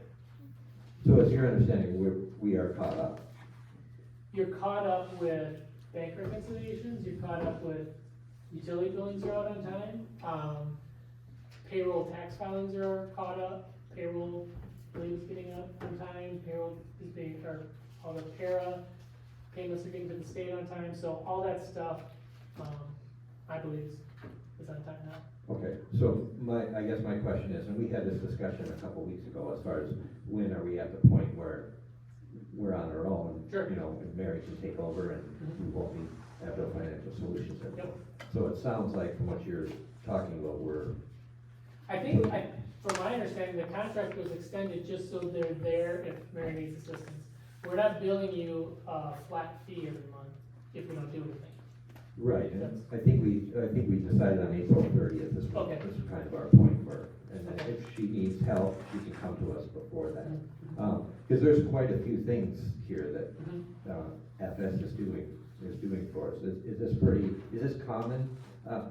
When there's turnover, it is pretty common, yeah. Okay, Mhm. and it's Yeah, temporary for a Yeah. period of time, and then we're all. There's some contracts we have long-term contracts with where we're coming in, we're the finance director. We're not maybe necessarily some of the bigger cities, we're not doing the day-to-day stuff, but we're kind of doing the reporting to council, those types of things that they'll have us on for a number of years. A number of years. Oh, yeah. Okay, that's not the situation we have Nope. at this point, right? Okay, well, that's good. That's not what you've signed up for right now. Right, So, right, right. right, okay, so good.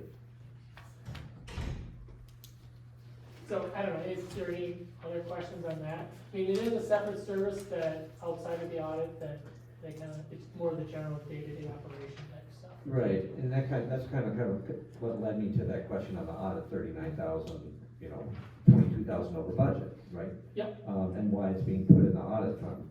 I did do some calculations, and I just pulled the July through December invoices for just financial solutions, and the taxpayers of Taylor's Falls dished out $16,435 for this administration help, okay?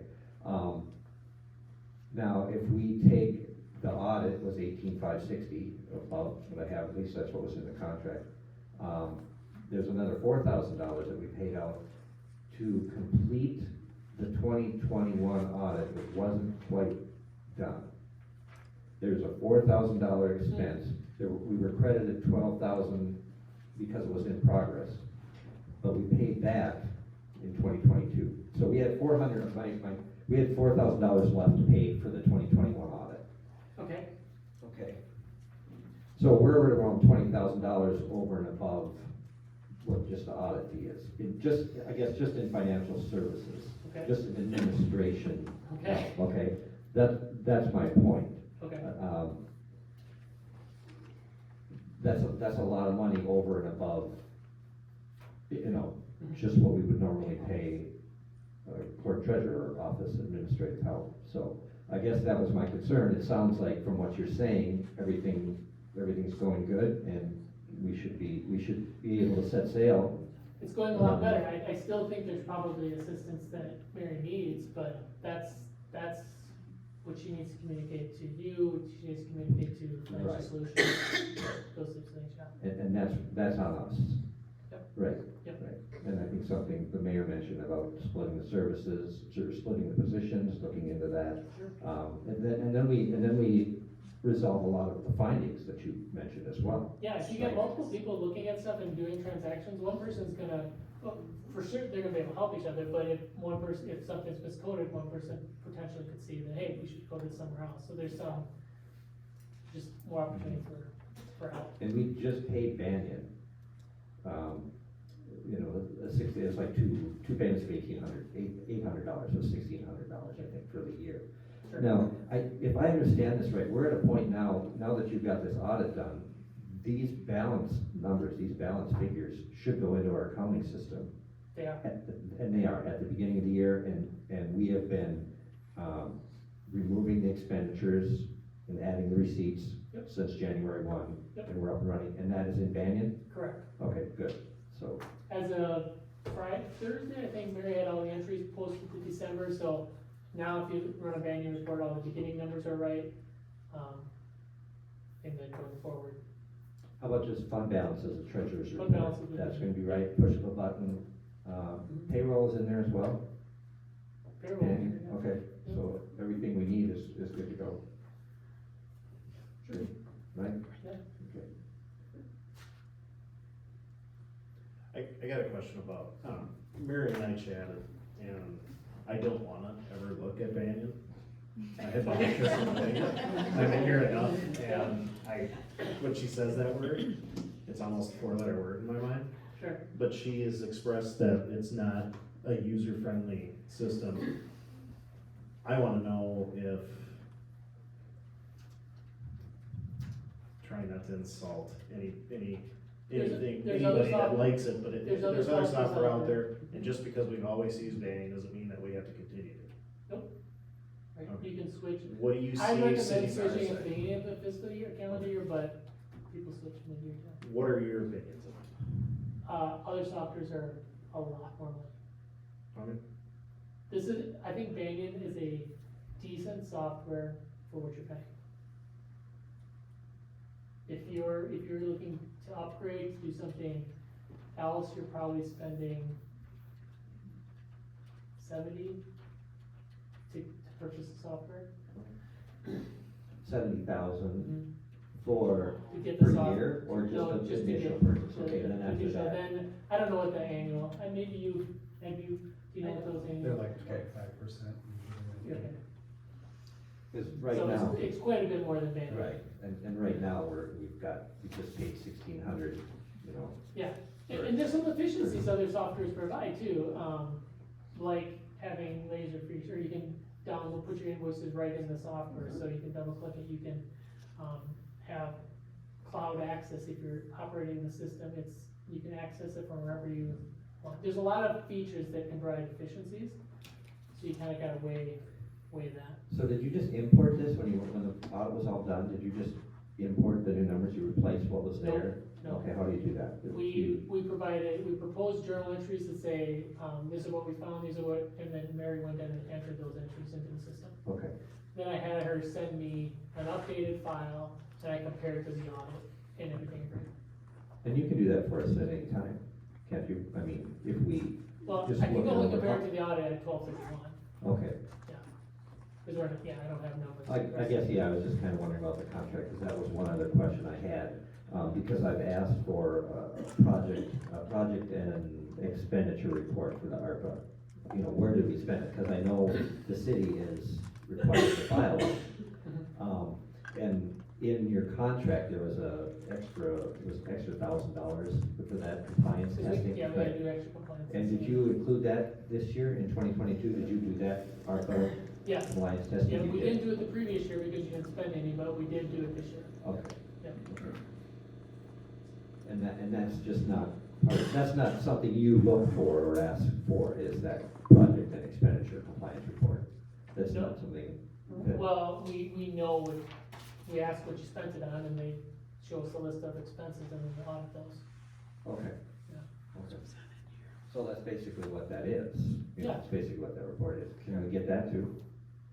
If we ask for it? It's not a click of the button, you can get a listing of what ARPA was, the What the ARPA expenditures. money was spent on? Yeah. Oh, okay. It's not a I click could of just the, email you that. it's not a click of the button on, in Banyan, you just. can't- No, yeah. no, that's fine, but it's something I could request. Sure. Okay.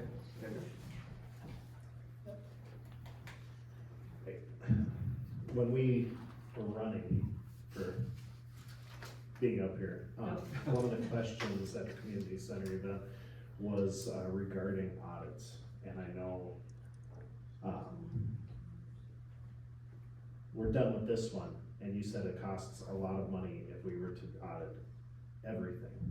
Every And I- transaction. yeah, Like if how we would did you a do it? forensic or a forensic audit for the last, let's just pick 3 years. Mhm. This is more curiosity, I wanna know what a Yeah. ballpark would be, just to answer that question that person had for us. We do have a forensic auditor on staff, and it really depends on what you want to look at. So, and that is really discussion on with, that person and how you're trying, what you're really looking for. If you suspicion in certain areas, then, okay, here's some tests we can do around that. Do you want us to do that? Then whatever, how long, whatever that's gonna take, give you a quote on that. But, it would all depend on where you want to Is that focus that the same efforts.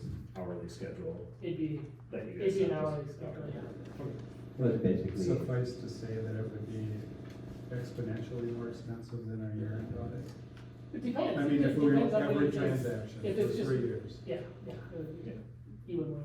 yeah, well, but if we focus, yeah, if we limited it down to certain areas, Sure. number of records in this area, we'd like pulled and stuff, and, okay. Yep, yep.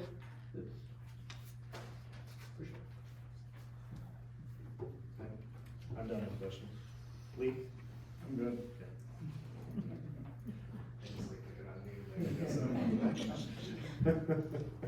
Well, I'd just like to say thank you. This was a lot of work, and it was very educational for me.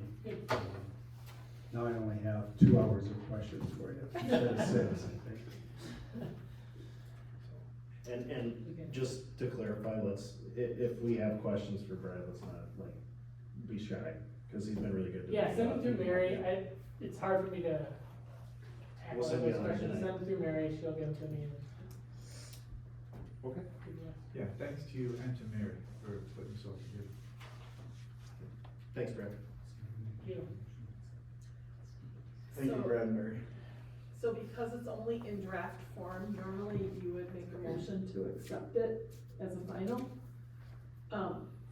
I think it would be okay up to council if they agreed to this being as a final, Mhm. because there were no changes, we could do that. What I could do is, yep, for sure, you can accept it with no changes. I'll date it and get it submitted. So it's required to be submitted to the state auditor's office March 31st. So we'll get it, if you're okay with everything in here, we'll date it today. We'll have to get responses back from the attorneys first, but then we'll date it once we get all that back. But once we get everything wrapped up, we'll get it submitted to the state and you'll be good. Okay. Fritz, did you have any concerns? No, I'm It's fairly a- new at the game, because most of what you're looking for is what happened in the last Yeah. year. But usually when they're asking it, then they'll also say anything that's been going on in the meantime, so that's my part, that's mostly the prior council.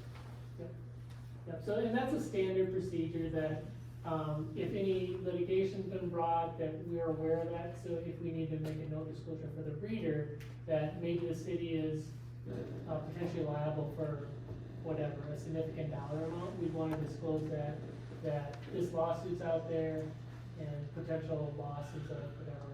So that's why we send a confirmation to the attorneys for them to tell us if there is litigation out there, what are the chances it's gonna, the city's gonna prevail, or whatever, if the city's not gonna prevail?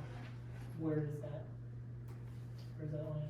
Yeah, I'm expecting, in any case, probably either one of the Sure. prior council. Yeah, so we send it to, your previous attorney as well as legal associates. Yeah. Jerry? I did find an error, on page 79. The maturity date for the Chisago County loan is 2026. It says 2022. Oh, okay.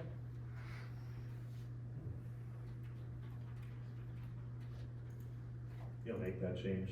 Sure. Okay. Yep, yes, Thanks. Whatever. So I we would, would, I would make a motion to approve the auditor's report for 2020, fiscal year 2022, with the one change as noted. all right, do I have a second on Tim's motion to approve the audit? We have a second by Larry. Any discussion? Okay, all those in favor? Aye. Opposed? Thanks again, Brad, appreciate it. Thank you, Brett. I'm just gonna go down the agenda, keep it new business, because we have some people that are, up next, and I'm excited to hear about the community garden, so. Diane and, we could hold more chairs up if you'd like. Oh, I can grab some in the back. well, I can call them up and do that. Okay, Yeah. okay, sounds Well, good. that was really interesting, but we're gonna change it up a little bit. A little lighter here. And greener instead of And- white. Right, yes, that's coming. So tonight I have, a couple people here, Nick Ahrens from Taylor's Falls, and Sue Kirchner in the purple, she's the manager of the Windstrom Community Garden. And, this all kind of just started, a couple neighbors talking about gardening, that would be me and Nick. And it came up that maybe we could come up with a proposal for a community garden for the residents of Taylor's Falls. And my friend Tana Habamaki, who couldn't be here tonight, she jumped on board, and then we reached out to Sue, and she gave us a bunch of information, and so we pulled together a proposal for tonight, and, I'm gonna turn it over to Nick.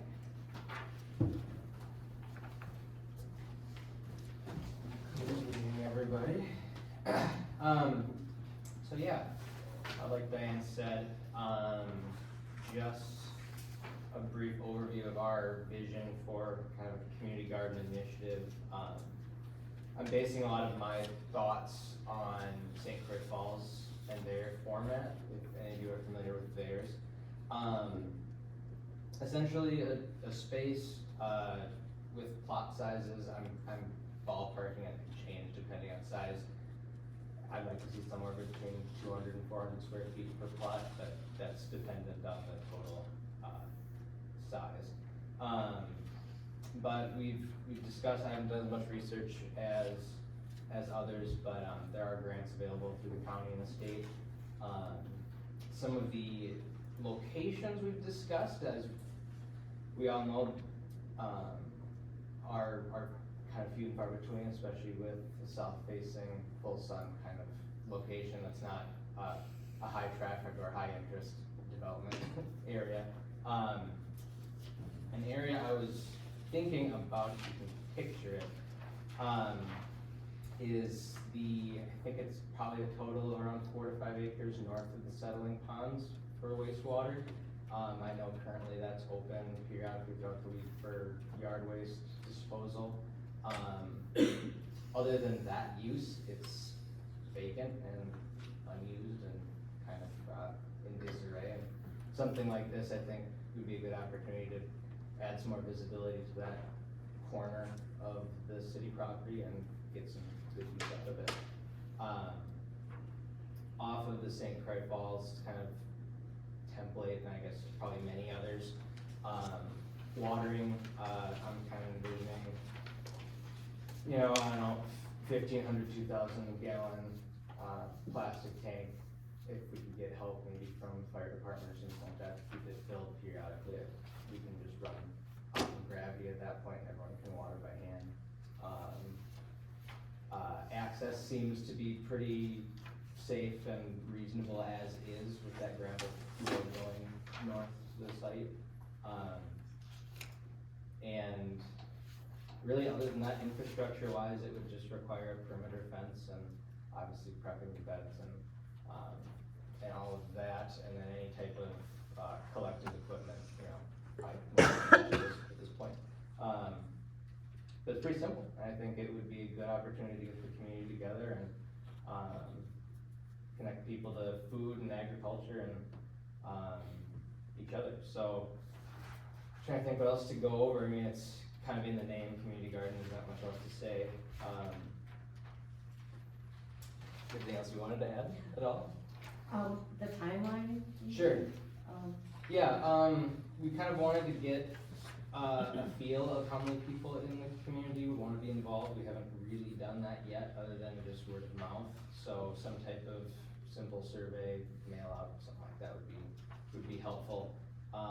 And then after that, I think it would first be drawing up the area of use and then probably securing it, and then after that,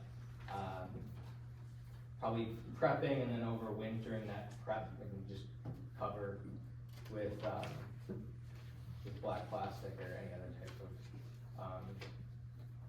suppressant, and then let that sit over winter, and then we could start breaking ground in the spring of 2024, and then start planting at some point, once we feel we have the interest and the space to do so. But, yeah, that's about it. When you say secure the area, you mean fence it in? Fence more secure from whitetails, not Okay, that's people. what I thought. Yeah. Well, no, that's it. Yeah. No armed guards. No. So a 12-foot high fence. Yeah. St. Croix doesn't have that tall of a fence, and they don't seem to have too many issues. But we'll have to evaluate that. But I'm not sure if there's any debate or other discussions related to the site. That seems to be the most limiting factor and biggest question mark.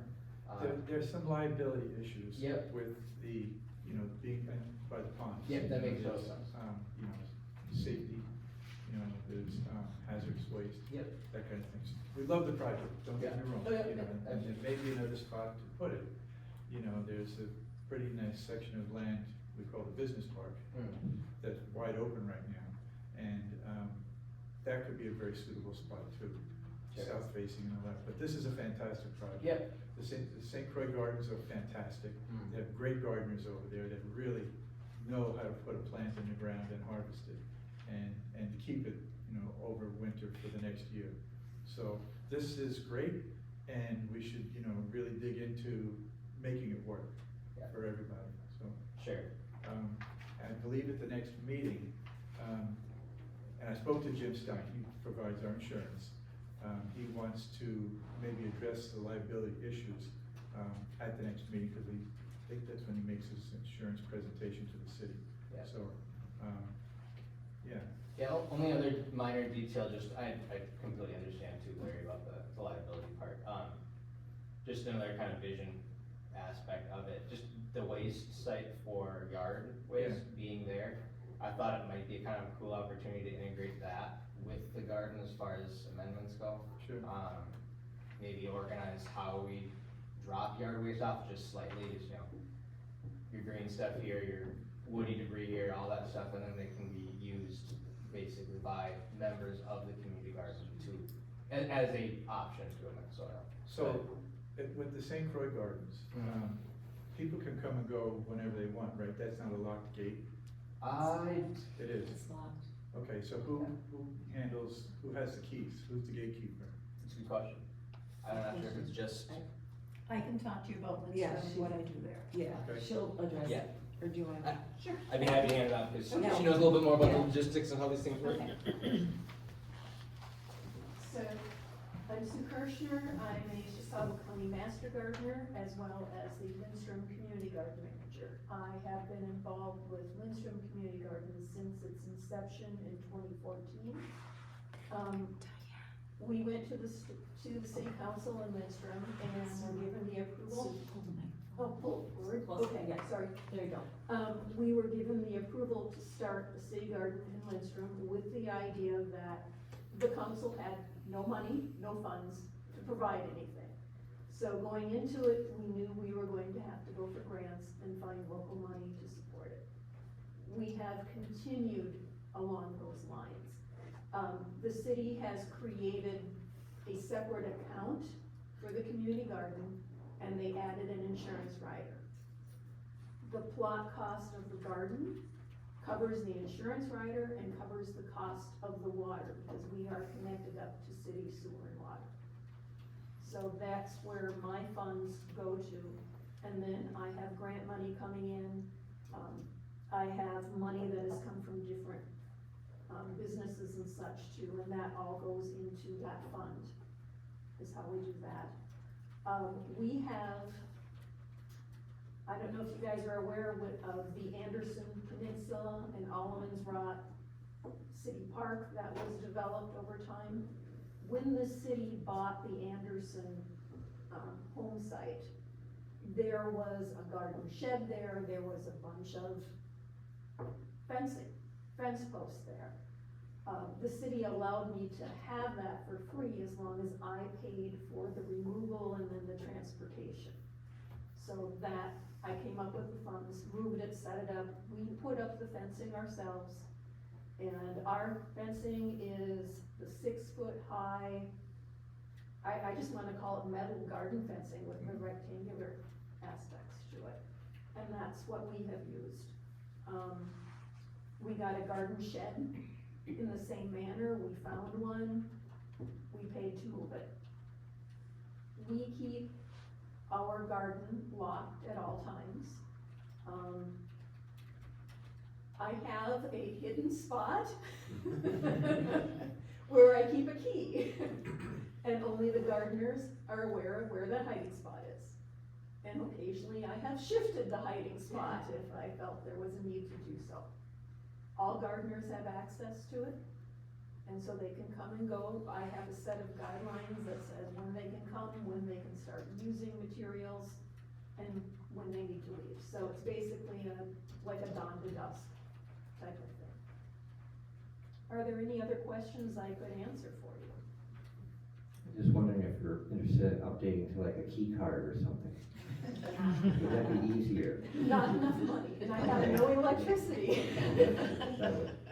I had someone ask me if I could put a light in the garden shed, and I went, no. Bring a flashlight. Bring a flashlight if you're gonna be there when it starts. Chisago County Master Gardeners provides both financial and educational support to the community gardens within Chisago County. So right now we have Rush City, North Branch, kind of step across county line and help in Wyoming, and then Lindstrom, and then Tiller Falls. We would be willing to support as well from a Master Gardener perspective. So, to this point, we have given $500 per year to those gardens that are what I'm gonna call public or supported by a city. The one in Rush City and the one in Wyoming both have corporations sponsoring them. So those two gardens, Chisago County Master Gardeners only provides educational support for, we don't provide financial support. And we tend to do this every year as long as our fundraising allows us to provide the funds that are needed. Well, were you, Nick and Diane, were you looking to run this through a city agency or to run it privately? So, for instance, Park and Rec. Well, I think we haven't I was trying to think if we had talked about that. I don't think it necessarily would have to be through an agency. I think privately would be fine as long as we can maybe work collaboratively, for example, work for water. Sure. That's the water is the bigger question for that. Well, I guess if it were to be in a business park in some location that wasn't to be occupied in the future, I guess there is a maybe The one thing I would ask the city to guarantee is at least a 5-year, if not 10-year time period for that land. One of the things that kills community gardens is the land gets put away from them. And then it gets developed or something like that. Otherwise, I will tell you that if you build it, they will come. Our first year, we had 4 people gardening. By the 4th year, we had 12 plots, which is all that we had fenced in. I had to double it after that, and I am now again looking at doing a minor expansion again this year. And if I may too, Larry, to that point, when you mentioned the business park, that was my concern, is number one, it's meant for more commercial use anyway, and the size of that back corner, is substantial. 5 acres is a lot. Yeah, but but. And I heard that there's a shed, an abandoned shed or structure out there, along with some fencing that came maybe from one of the schools that possibly maybe we could use. We can find that out. Okay, Sure, Paul knows. yeah. Sue, have you seen the area that they've been talking about? Have you been No. there in the summer yet? No, I haven't either. Okay, I'm just, He has. oh, I know, and I have too, because Yeah. I bring compost up there. Yeah. And that's, I guess, a concern I have, and I don't know if any other council members would share this, but the respect, the mutual respect between the people using the compost site and the people who are running the garden. It's just something to think about. And I don't know, I don't suspect any problems or anything, but, you do want it to be a draw, you do want people to make that, make that trip. I don't know what your access is like for yours, but we're talking about a fairly long gravel road. I love going up to the compost site every time, it's like a getaway for me. You gotta wait for the swans and stuff, but. I will say, I was just sitting here listening going, oh, wouldn't that be nice? I had to we have our own compost bins. Mhm. And, So in this case, they would be right there. they would be right there, yes. And in fact, come fall, when everyone's clearing their gardens, I end up hauling mine to the Chisago Lakes area compost because we don't have the space. So it's extra effort. The other thing that the city does do for me is, because we're hooked up to city sewer and water, the maintenance manager in our city turns on the water for us in spring, he blows out the pipes in the fall and takes care of that for us. He will bring materials for me from the compost site, because he manages the compost site, so he's there, so loading a truck and dumping it is not an issue for us. But it's, again, I try to keep my costs of the city, for anything as something that's already covered, not an additional expense of any kind. If it's coming to something like that, we go out and we research for grants. And as Chisago County Master Gardeners, we've all started to get much better at grant writing and knowing where to find money. Larry, if I may, that fence out there used to be an old tennis court for the school, and the structure is the old ticket booth from. From what? From the interstate park. Oh, okay. But Paul would be able to verify if any uses, I don't think so, it's been there for years. I don't think any of us are against it at all. I know we've already met once. I'm really excited about this. I do think we need to wait for Jim to, fill us in on what that would be, just for education purposes for us. Yeah. And then, the only thing that worries me about that spot is if there are kids that go in that water. Yep. That's Makes sense. what, so we'd have to try to figure out how to fence that off. Yeah. I'm not against it though. I get it, yeah. No, Can it's an children go in exciting the water proposition. now?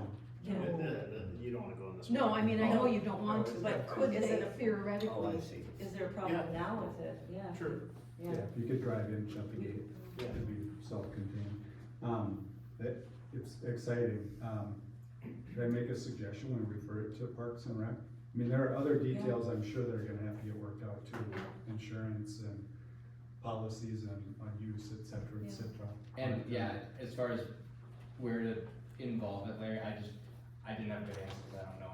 I don't know the pros and cons to putting it where. Well, it just might be a liability. I Sure, think, yeah, if to it's- go it's into a smarter city move. agency, so. Yeah. And I would just ask that Paul, or the new public works director, get engaged in it as well, but especially if it's going out And, adjacent to that. I'm sure the fire department's on board filling up the, water tank. Yeah, it's actually. I didn't hear anything. Sorry, stop. You got reclaimed water right there. You can- Yeah, right. Good stuff, good stuff, yeah. So, do we know when Parks and Rec is meeting now? We're gathering trying to get the band back together now. I've been a little busy with other stuff, Yeah, but, we've got, 4 or 5 potential members, and I think we already still have the vice chair. So, it'll be within a month. Okay. So next steps, I would say go forward with maybe sending a card out, like a postcard, for community engagement, so we can see what, Okay. and then I'll have to get the Parks and Rec meeting the first time too, I guess, so we'll be there, and then maybe we can get the date to you guys. and we could We probably. could get that on the Sure. agenda there too, Sure. and then reconvene, well, I mean, if one of you can be here when, our next meeting with Jim is, then he'll Okay. talk on the insurance part, Okay. what he knows about that, and Okay. then what he recommends, and Yeah, I like the area better than, I know I said the business park right away Yeah. when I was sitting, and I'm like, well, just use the business park, it's it's empty, but I get what you're saying, and I like the compost area too, I think that's very smart. Yeah, it seems like a fairly intuitive and out of kind of a little more secluded, and like I said, maybe the added visibility will help the area almost improve. Because there will be more people there utilizing it for a intended purpose, but. right. I go up there for a swim every once in a while. Yeah. Good bird watching spot, for sure. Yeah. Oh, So I would do that. okay. And I really wanna say thanks to Sue. She's an amazing resource and just jumped right on board, gave us the kickstart we needed to pull this all together and. You're welcome. Yes, and we have some It's a pleasure local meeting you too. master gardeners from Taylor's Falls. Okay. And, Wes McDonald, and I don't know if you know, has a Taylor's Falls address, but he's out in the country. yeah, But, he and his wife are both master gardeners, there's a couple of other people, and, you won't have problems finding support, at least educational support. Taking on being a garden manager is something people don't do without some thought, but it's basically a couple hours a week. And no different than any other volunteer position with the public, right, so. Wonderful. thank you. Yeah, thank you. Did you have any other questions for us? Do you? And you know how to get hold of us, so. I know, yeah. Okay. No, I think we have to wait to hear about the insurance. I don't know, she was asking about a vote.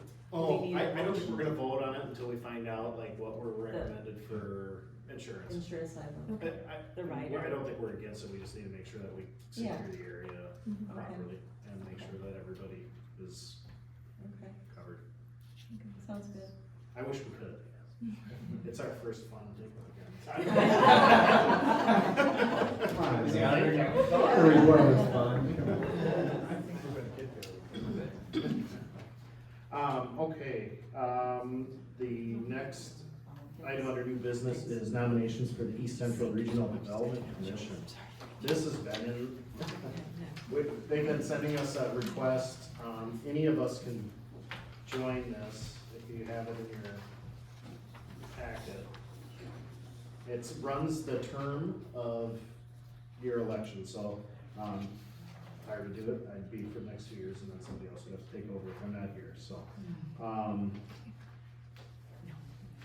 I can't commit to this one, I'm just overcommitted right now as it is. I don't even know what the meeting schedule is, but we have to make a decision and send this in by the 24th of Does anybody have any idea what the meeting schedule is like? We got any information at all? No, they don't have anything. This says the deadline is February 21st. Yeah, they extended it. Oh, Yeah. okay. So, and it's my fault that I skipped it. I didn't get it the first 4 meetings that we've been here for 4 hours, so I didn't get it. Anybody can do it, it's up to you guys. I can't, I just can't commit to this one.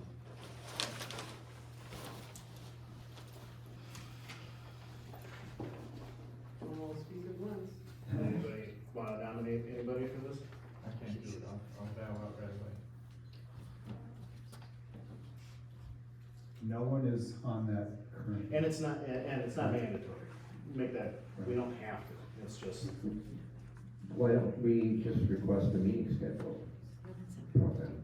okay. And I'm sorry to kick this can No, down the that's road once more, but if we get a meeting scheduled, then, I mean,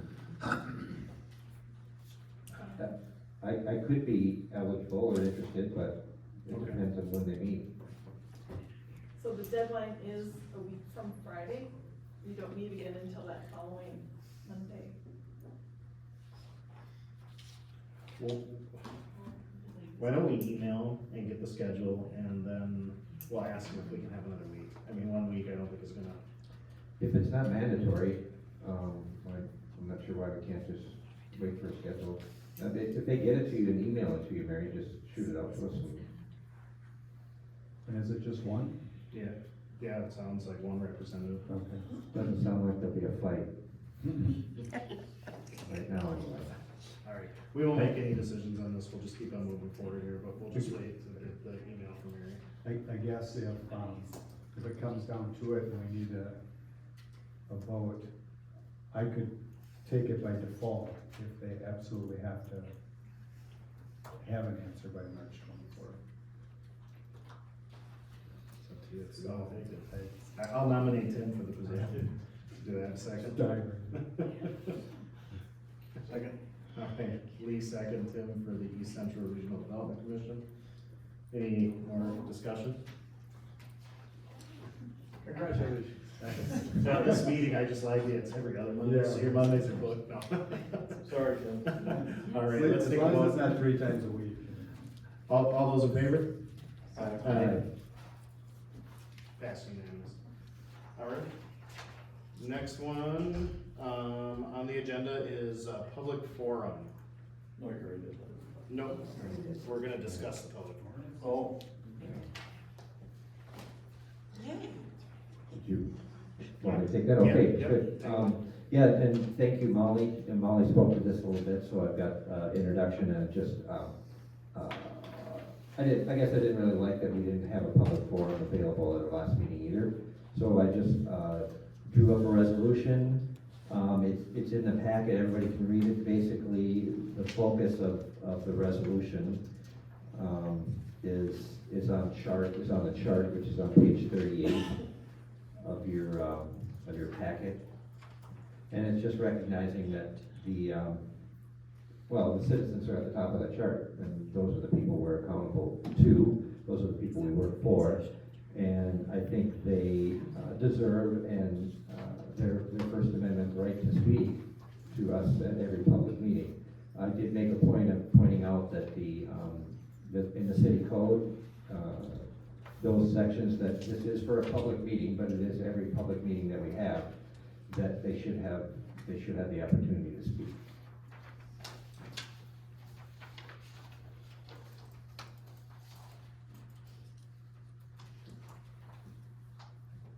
So we're gonna need a motion to pass the resolution. Yep, that's fine, I just didn't know if anybody else wanted to, we'll just, Let's do a motion in a second, then we can have more Okay. discussion if there's discussion. So we should use a resolution under that we could Right. do, so it would be 2023-03-1.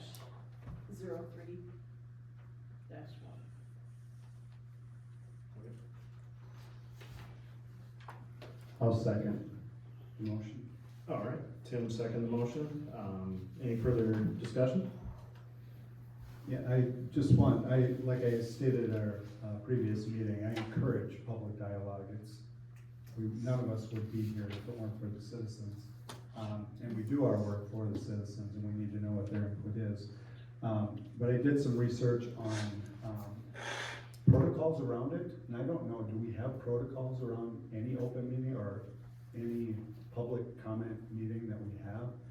Every city I looked at that has the open forum has publicly defined criteria on the duration of comment and some considerations for, forget what they called it. Subject matter? Well, it can't be a subject matter that's going to be discussed at a council meeting. It's already on the agenda. That's one of the things that was on there. You can always ask for comment during that period. Kind of the rules of order around it, behavioral expectations, those kinds of things. Every city I looked at had a document like that. I don't know if we have one. I've just never seen it. I know that we've always adhered to the 3 minutes. 3 minutes. But I bet you somewhere in there, there might be, you know? That's the problem with the paper format, right? It gets Right. lost, so that's why we need to get more digital. So I wouldn't have a problem, like, let's put something like that together. You know, and you know, that could be a different. Yeah, I understand what Tim is saying. I mean, those are parameters.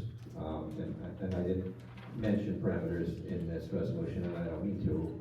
I just want to make it a staple of our meetings, all public meetings, that we have a public forum. Yeah, I don't think it needs to be in the resolution. I just think my vote would be contingent upon us either finding or developing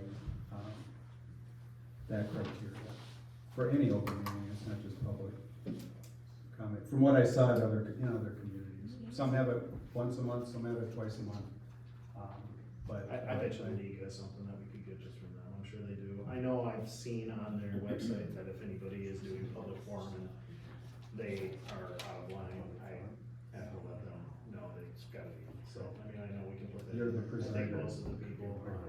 And I do have some information I can share from the league on it. Okay. They don't endorse anything, Yeah. but they gave me some references, so. So it's something we're gonna table then, or? Just curious, no, we'll vote on it, Mary, I think we can vote on it. I'm not, there really is no parameters in here. I know, if Councilmember Grove wants to make that a condition, I guess that'll be reflected in this vote, but the purpose of this was not to set time limits or anything like that. It was just to secure time for our public and our citizens to speak to their representatives.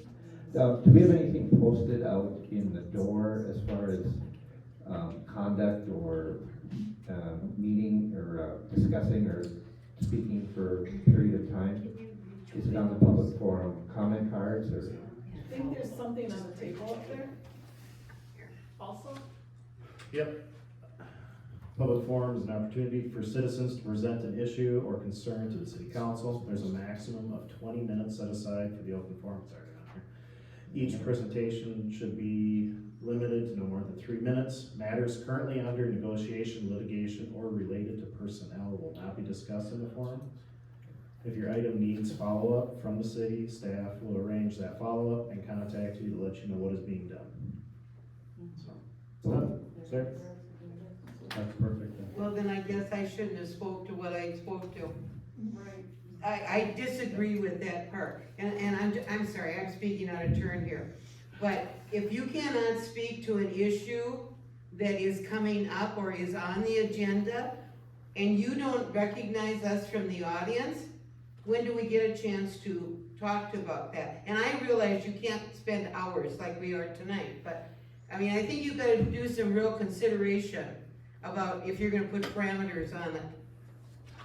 And I don't think this was, I don't think this is saying that we wouldn't allow what you, for what you said, I would not ever say you can't say that. We're just saying, you did it tastefully, okay? Some people might not, and then we're gonna ask them to. It's true, but I think if you're gonna set parameters, I mean, I think those parameters are fine. But I think if you're gonna set parameters, you gotta really stop and think about what you're asking. And then what, are you really making it open for people to talk? And I agree that I think you should have an open forum every meeting you have. Maybe nobody will talk, but that's fine. They'll have the opportunity. Most definitely. And I just wanna make note that we didn't write this one. This is probably. No, I know you did, then I don't really. Yeah, no, I know, I didn't even know it was there, so that's why I read it. That's a good thing it came up There you tonight. go. Any other, That's, serves my concern right there, yep. Fritz, you have anything to add? No, I actually saw that come in. Okay. That's very consistent with the mayor, they have a very good, the league does, mayor's handbook. Yep. And this is one of the issues that they address and the kinds of parameters that they talk about, and it's fairly consistent with that statement. So that's pretty much the way open forums go almost everywhere in the state, with the exception of Minneapolis, apparently. Okay, anything from you, Lee? Sounds good to me. All right, well, let's, The public have a right to be heard. You know, do we really need a resolution, or can we just, have an open forum at every meeting? Apparently, after the last meeting, we need the resolution. okay. All right, well, if there's no further discussion, let's bring this resolution 2023-03-1, resolution to have public forum at all public city meetings. Okay.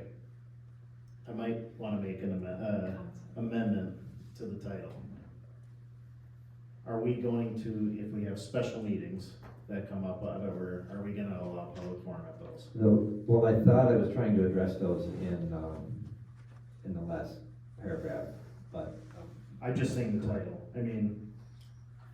That's in from the open meeting law, the way I understand it, that's the purpose of a Okay. public meeting. I mean, there would be no other meeting, most of our meetings are public, most of them are, unless they're specifically closed meeting, and in that case, it's But not public. not necessarily closed meeting, but if we all of a sudden have to have a third meeting in the month to do business, then we're gonna have to allow public forum on that. You wanna do that?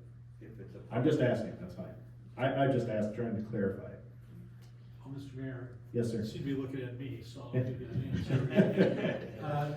Ordinarily, this would be something that would be included in a regularly scheduled, council meeting. If there's a special meeting, ordinarily, I don't think there's an expectation that there would be, a public forum as such. Although a lot of special meetings will be of the sort where you're gonna want public participation, so that would be the issue. But I would say at the very least, if this is gonna be the policy that you wanna implement by this resolution, you have it for your regularly scheduled those meetings. And by that, I mean not just the one, but in a meeting or in a month where you have two, then both, just anything that's regularly scheduled. I guess I assumed it was at a regularly scheduled meetings. Twice a month, yeah. Okay. All right, well, let's vote then. Could I have a clarification on the actual resolution then? We're gonna leave it the way it I is. mean, I'm sorry, not the We're not- resolution, the motion. Yeah, the motion is to pass, resolution to have a public forum at all public city. You're gonna leave it that way? Yes, Okay. yeah. All right. Can I get the resolution number again? 2023-03-1. Thank you. Okay. All those in favor? Aye. Pass unanimous. All right, on to, Jake this one. Fire department training. Was in the packet, I missed the agenda, my bad, I didn't catch that when we were putting it together. But I understand you have, two Yeah. people that, wanna go to some training out of the state, so.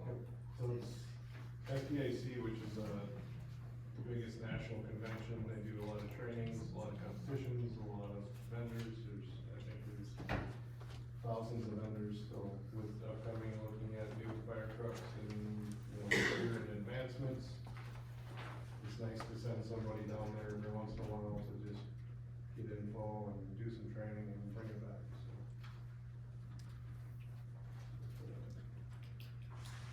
Jake, one clarification, the CAN report says not to exceed 5,000, and then when I went through some of the receipts, or, you know, it looked like it was a little bit Less, yeah. less, so can we go at like 3,000 or 4,000, not to exceed 4,000, do you think, or does it? I'm comfortable with either. You are, okay. Yeah. The 3,000 was kind of the pricing that I put together, which should have been included. So I figured, you know, a little bit more than what I got for actual pricing, maybe some great price increases between now and time of actual booking and whatever. So, 4 would definitely be fine if you want to split the difference. Okay. Just in light of the audit report that we just had, I just want to be respectful, right? Should we ask questions now, or do we need to Yeah, I guess we need a motion and then discuss it? to discuss it, yep, so, do I have a motion for out-of-state fire training? I'll make a motion for it. I'll second. All right, discussion? Just 2 questions. Was it budgeted for? And are there grant funds that might be available for this? Technically, we could put it under a training budget for the year. Or ask for extra funds which weren't budgeted. Yeah. However, the council would like to, and we do have the training budget for it. Do we know how much is in your training budget now? Our training budget sits at, the total is 5. Not sure where we're at now. I don't think we've used much of it this year yet.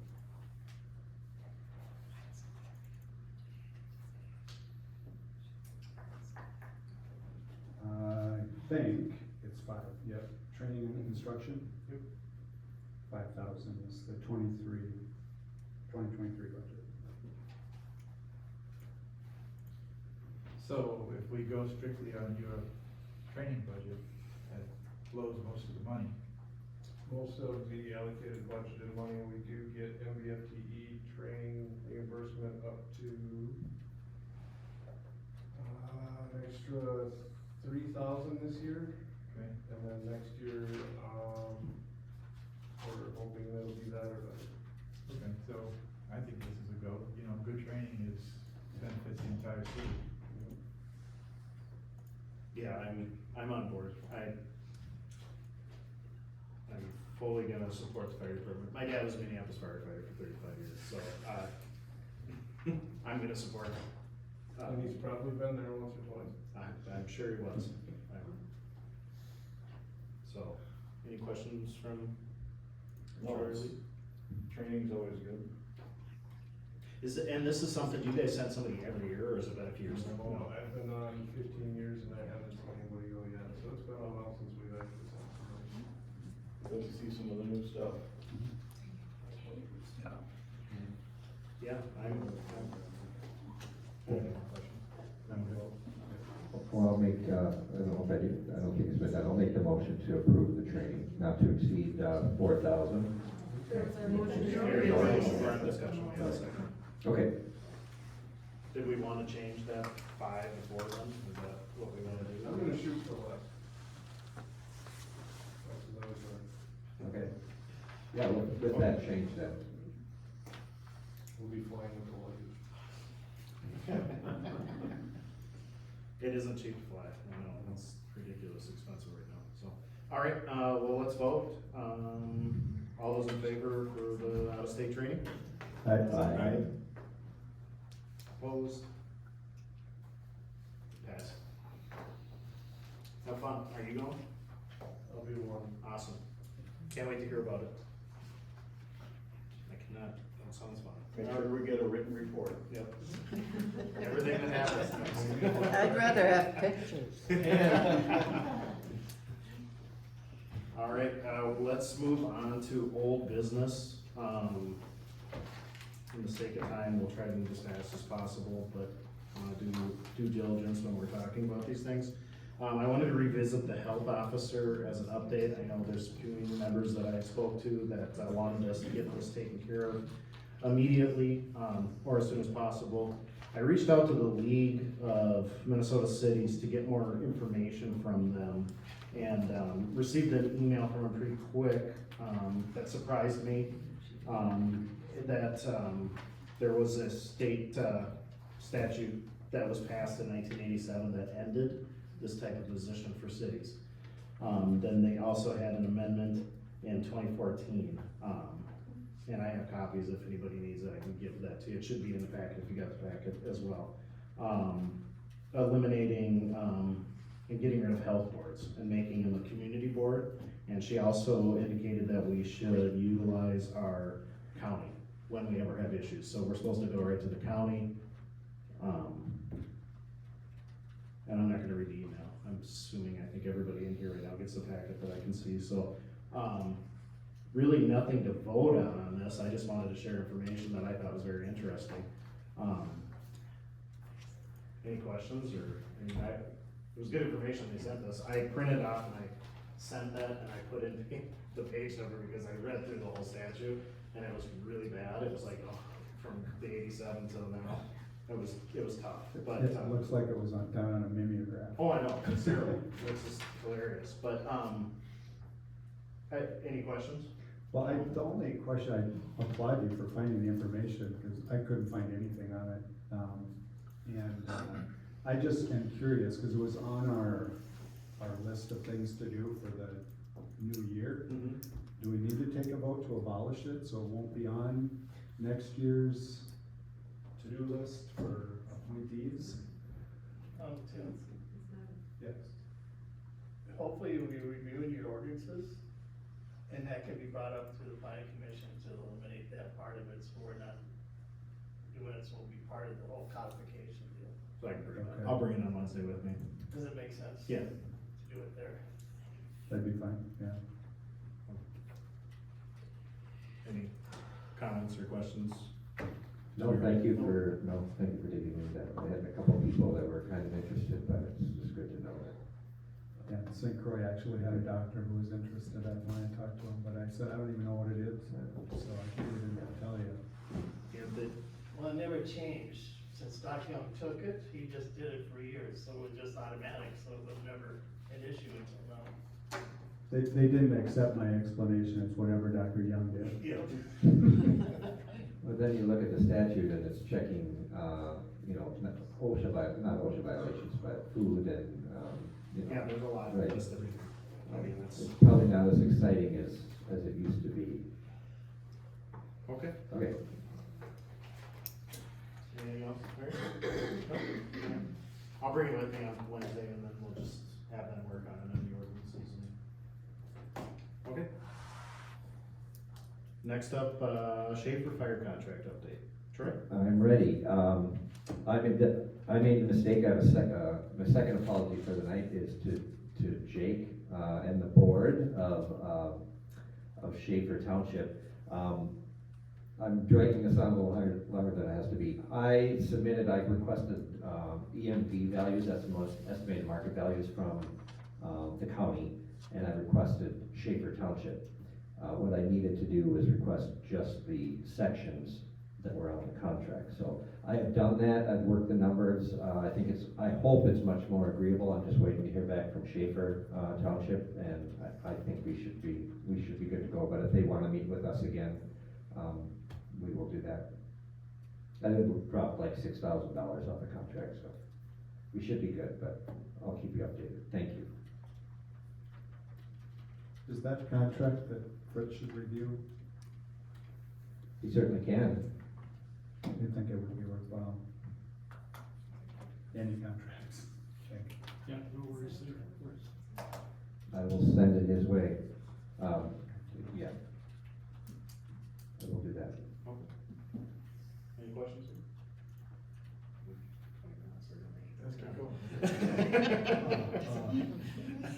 All right. Number 3 on the old business is city coordinator, zoning administrator update. We have it posted. We did post it at the league again, and then we also posted it on Deed. It's posted 2 places, so right now, Mary, have we had? 0. Okay, so, we'll give it the next 2 weeks, cause we still have 2 more weeks for it to run. And then, we'll discuss, if we don't get any, we'll discuss and revamp maybe the job description and how we're going about this. So, that's my update. That's all I got, nobody applies, there's nothing to talk about, except like you said, maybe, broaden the horizons a little. Okay, question? No? Okay. Number 4, administration liaison vacancy is, the next one on old business. Yeah, and I'll just explain this, real quickly again, back to the organizational structure that was in our personnel policy. We did not nominate, council administration liaison, and when I look at our organizational structure, at this point, we do not have, a liaison for our clerk treasurer at all, following that personnel policy. So, and I think, Councilmember Grove brought this up a couple weeks ago, the importance of getting that in there, and I think we need to address that. Hopefully it wouldn't take too long, but, I'd like to get that filled. Right, and it's not on the first business meeting on that list of things to do either. I think that's how we missed it. And we didn't have this chart, I didn't see the chart at the time either, because I think that this is very good guidance here. So anyway, that would be, if I need to motion that, I would like to motion that we, nominate and vote on a administration liaison. First, do we need a motion and a second just to then nominate somebody, or can we just nominate? No, if you're gonna pass a motion or take any kind of formal action, which I think is what's being proposed, you should do. To do it. Okay. Okay. All right, Troy motioned, to bring, somebody to the administration liaison position. Do I have a second? I'll second. Any further discussion? Well, shouldn't this just fall under the, council personnel liaisons?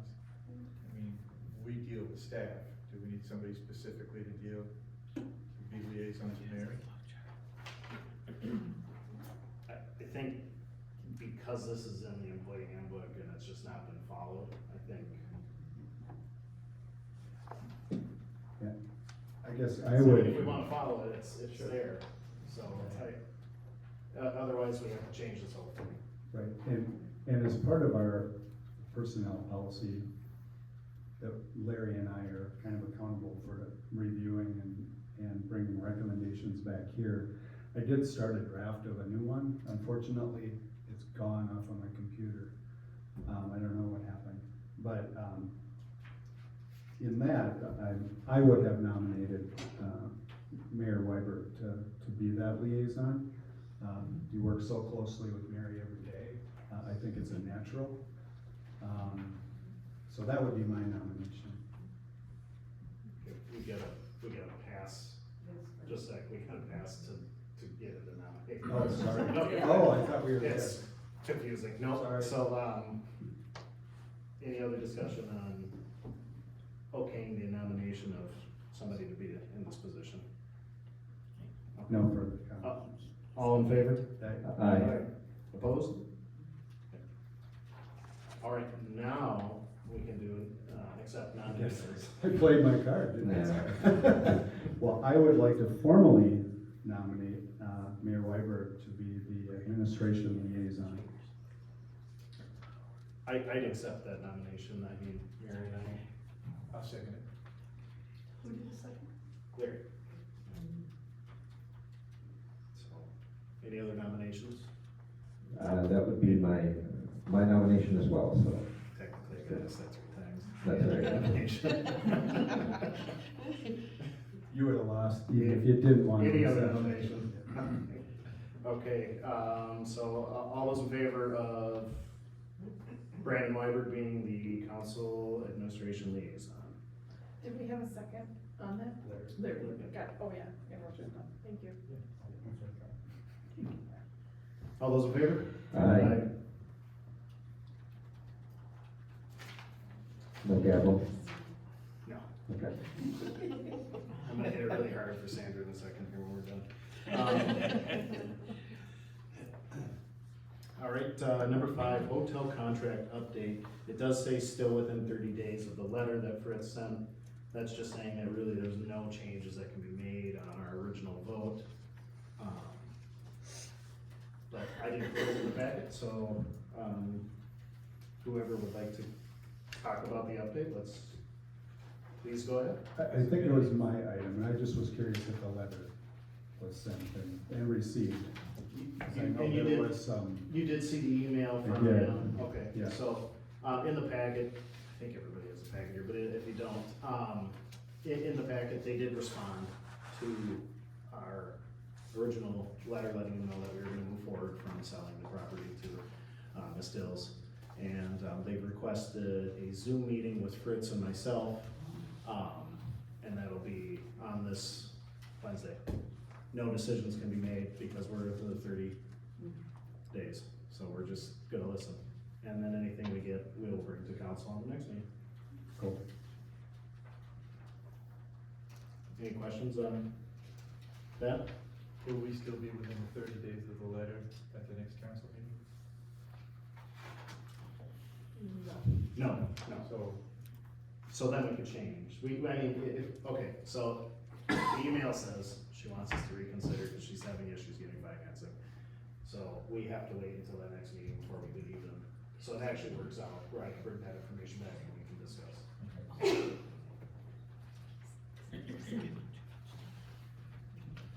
Good, good. Any other questions? No, that's perfect. All right, moving right along, number 6 is website update. I know you put that on there, so. Well, I don't know as we have time. Just to suffice, we put a lot of time and energy into getting some training. Aaron Weiberg, myself, Mary, and I forget who else was there, a couple community members Yeah. at the training, or was that the afternoon session? No, that was the afternoon, the training was just us. That's right. And so we've gotten a really good, I think, grounding on what the system can do, the complexities with the system. And Oh, I'm sorry, Becky was with us on that. that's true. The That's training. true. Yes. And she wanted to do more. Yeah. Regular Tuesday thing? So it's a work in progress. We've heard that probably for 3 years now, I don't know. But I think we're closer. We had hoped to, I think, had gone live with at least a slimmed down, bare bones version by Friday. Yeah. I don't Just know. with our contact information. I don't know if that's, I hope it'll happen. We'll see. If it happens, are you gonna shoot off fireworks so we don't know? That would be illegal. Yeah, we'd have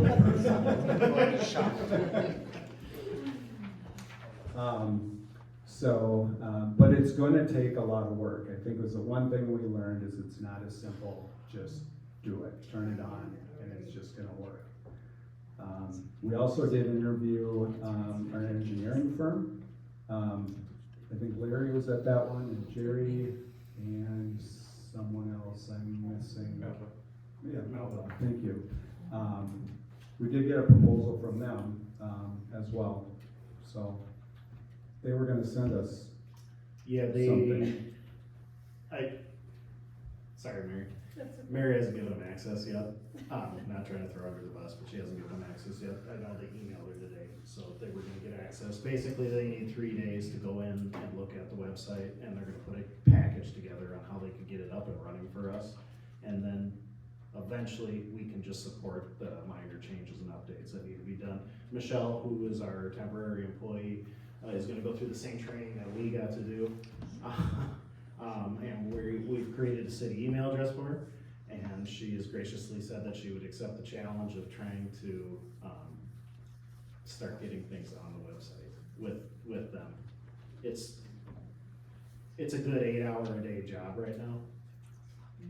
Where it is right now, so, we'll get her training, and then we'll do our best, but it is not something that we can just click. if we went live, you guys would see the pictures, and that's all you'd see, so, and it wouldn't be any better off than where we're at right now, so. Any other questions on the website?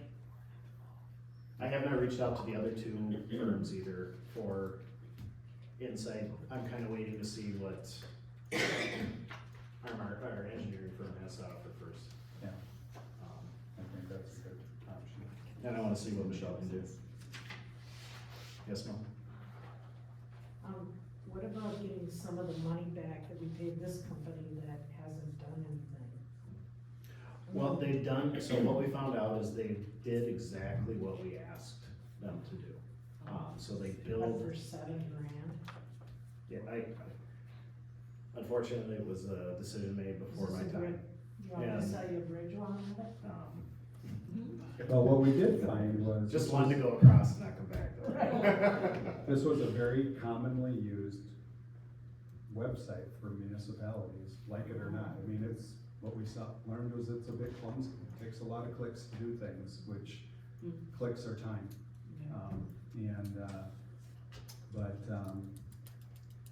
It's ours, and they did.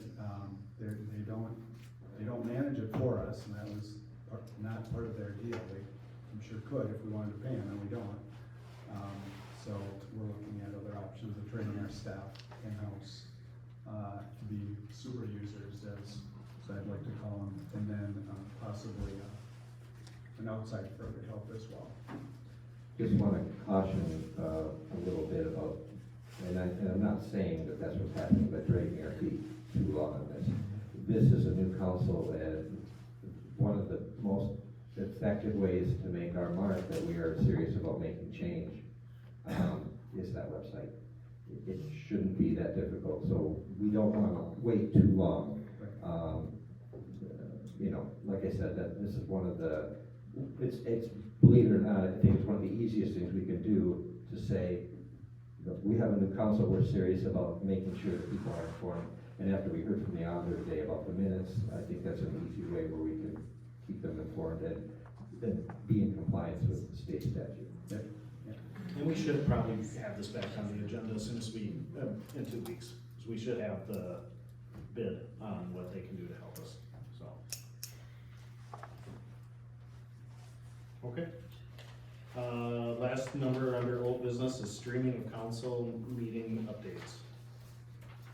Yeah, Lee and I have been working on this in tandem, kind of taking different approaches, and what we've gotten one proposal, Lee, that was, I think, about $13,000 to do it. I learned that either the city of Lindstrom or Chisago spent $40,000 on their system. We'd like not to spend even 13. So I contacted a Jack Depke, who's, I don't know his exact title, they don't have a website, but he's I think the coordinator for public access TV for what's basically the boundaries of our school district. And it's been around for a long time.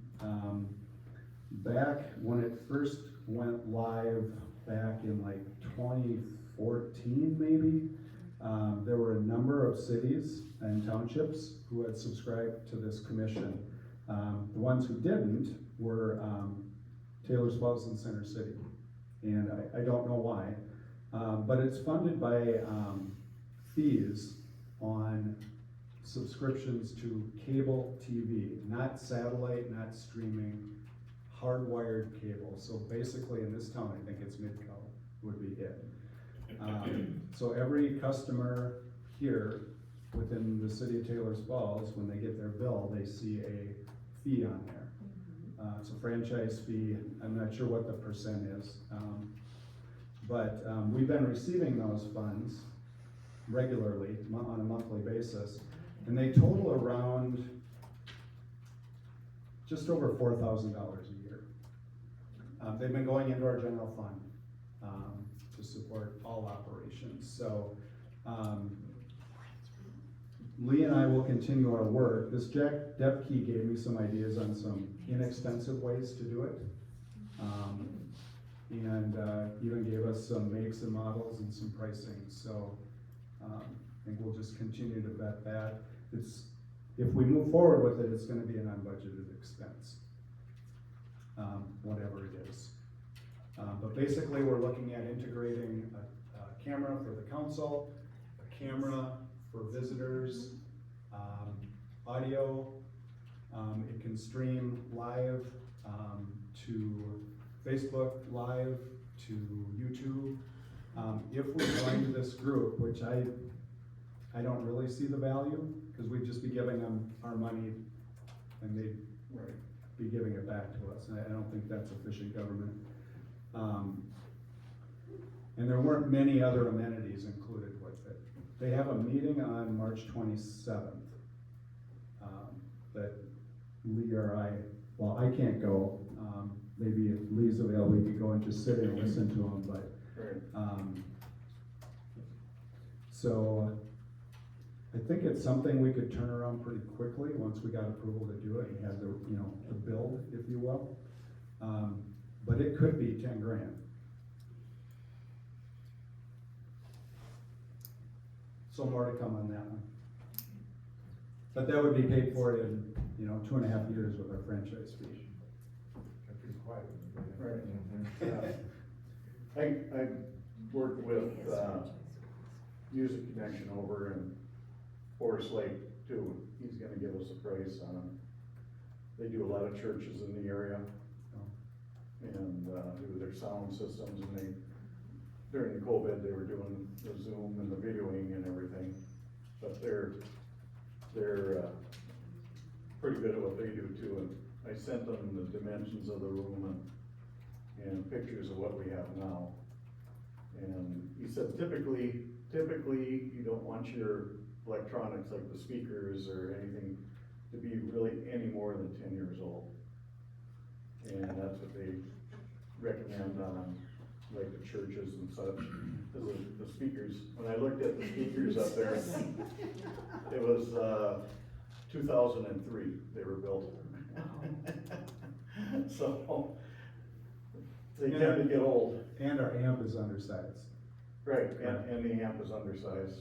You probably heard some of the noise in it today a little bit. But we're gonna get a price from him too, and we'll go from there. We're working on it. 2 bids. We're gonna have 2 bids. Yes, we will. We'll keep the documentation. Any other questions on the streaming update? Sandra, we're working on it. I'm happy. I like your red phone, by the way. Well, okay, so we're through new and old business. We did not, we have to go back now, and approve the consent agenda. We skipped that because we wanted to get to Brad so quick, so, we do need to adopt the consent agenda items. Would also be, the minutes from last meeting. I don't think you've adopted your agenda tonight, did you? We did the agenda. Yeah. I missed that. I can help you. Thank you. We added one thing.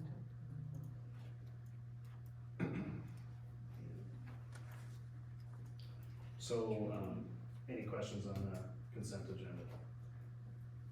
I do actually, but it will not take long. In fact, I won't even try and find it. I had the question about the AJE, which is the audit journal entry, I'm guessing. There was another, oh yes, there were 24 voids on that, Mary, and maybe now that Brad's gone. So we had those 4 pages with basically no check numbers attached to them, right? Those were all journal entries and adjustments at the very beginning of the check register. Tim's nodding his head, so I think he knows what I'm talking about. What do you see? Oh, Everything that had an AJE. So anyway, I was just curious, there were 24, 25 voids, and if you were the one that did that data entry, then they were your voids, and if Abdo was the one who did them, then they were adjustments, so. So I'm only aware of, I don't see check register. Oh, here it is. I'm only aware of 2 or 3 voids. So let me look here. Do you know what page on the check register? It would be about the 3rd page. You know, there's about 4 pages there without any description, no check numbers. They're all obviously out of adjustments.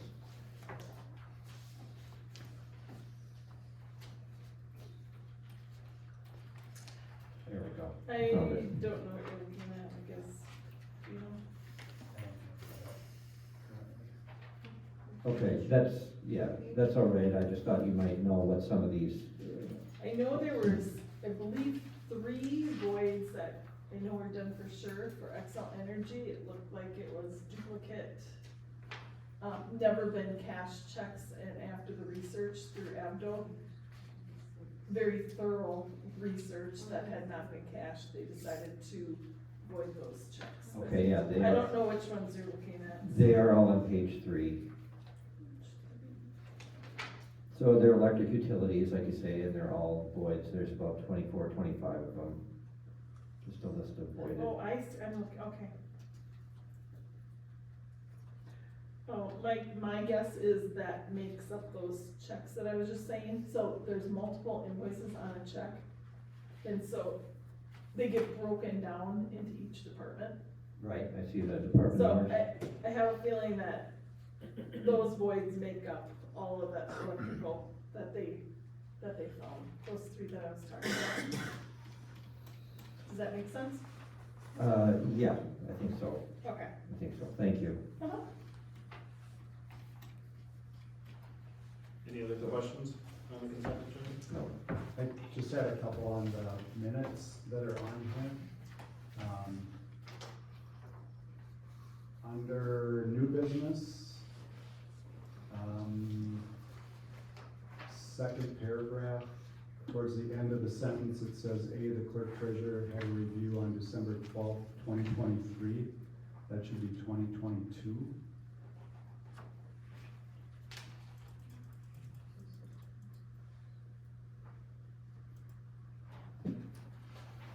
Then I think I'll leave it at that.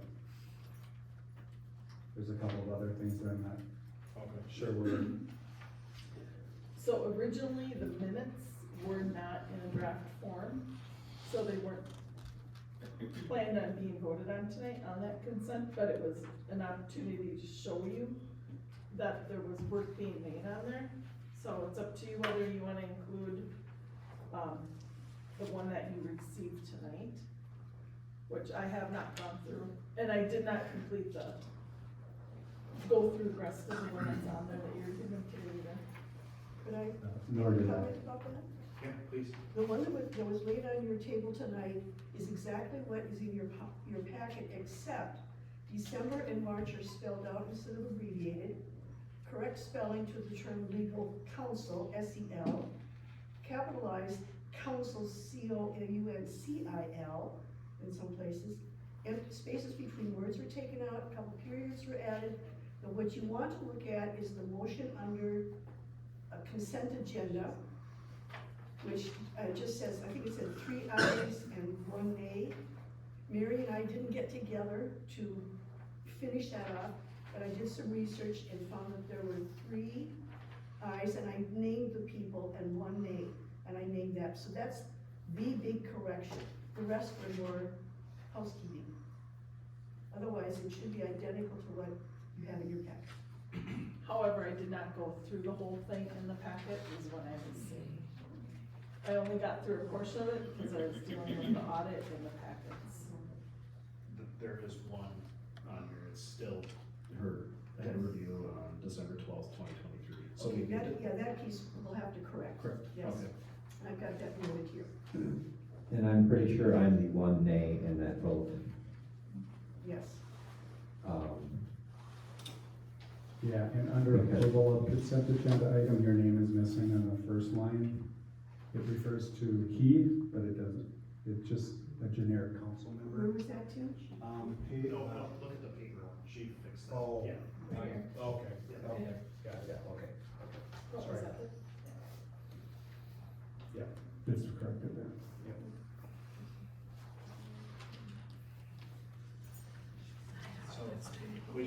dangers that I saw on page 3 of new business. So where are we at on minutes and how far are we behind? We've got 2 meetings in January, 2 meetings in February. This is the last, so we've got 2 meetings in January to get done and 1 meeting in February. 3 in January. And Thank 2 in you. December. Special meeting. We had a special meeting for that. Right, thank you. And 2 in December.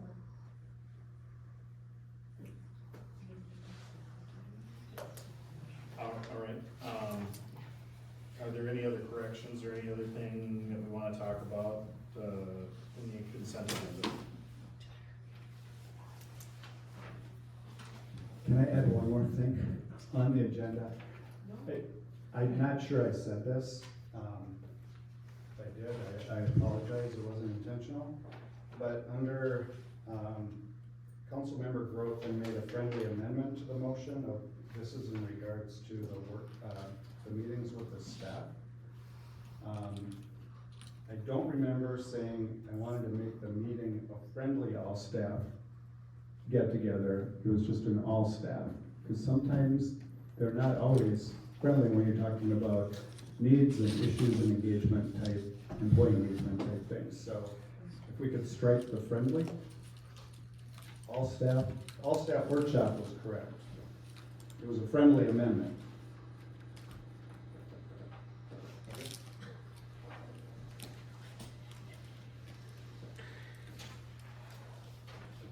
You're good? That was all I had. Okay. All right, Larry, you have anything else? Just maybe to make a motion to accept the amended minutes. Okay. I'll second.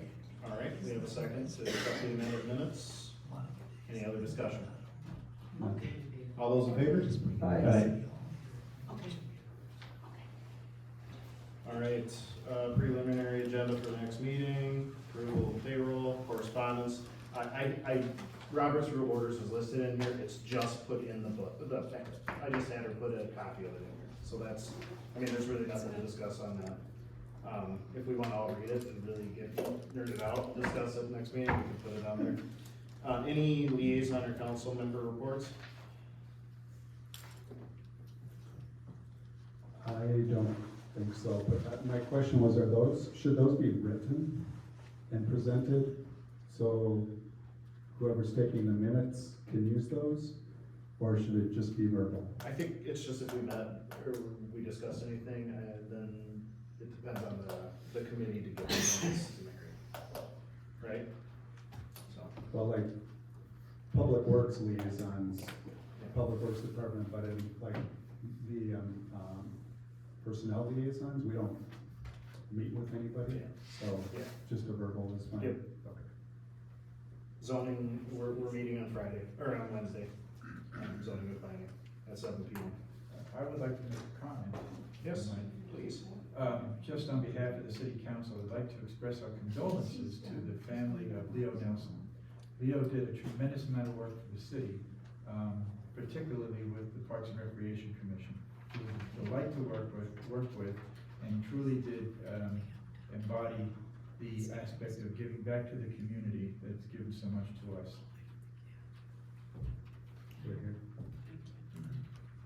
Thank you, Larry. Yep, thank you.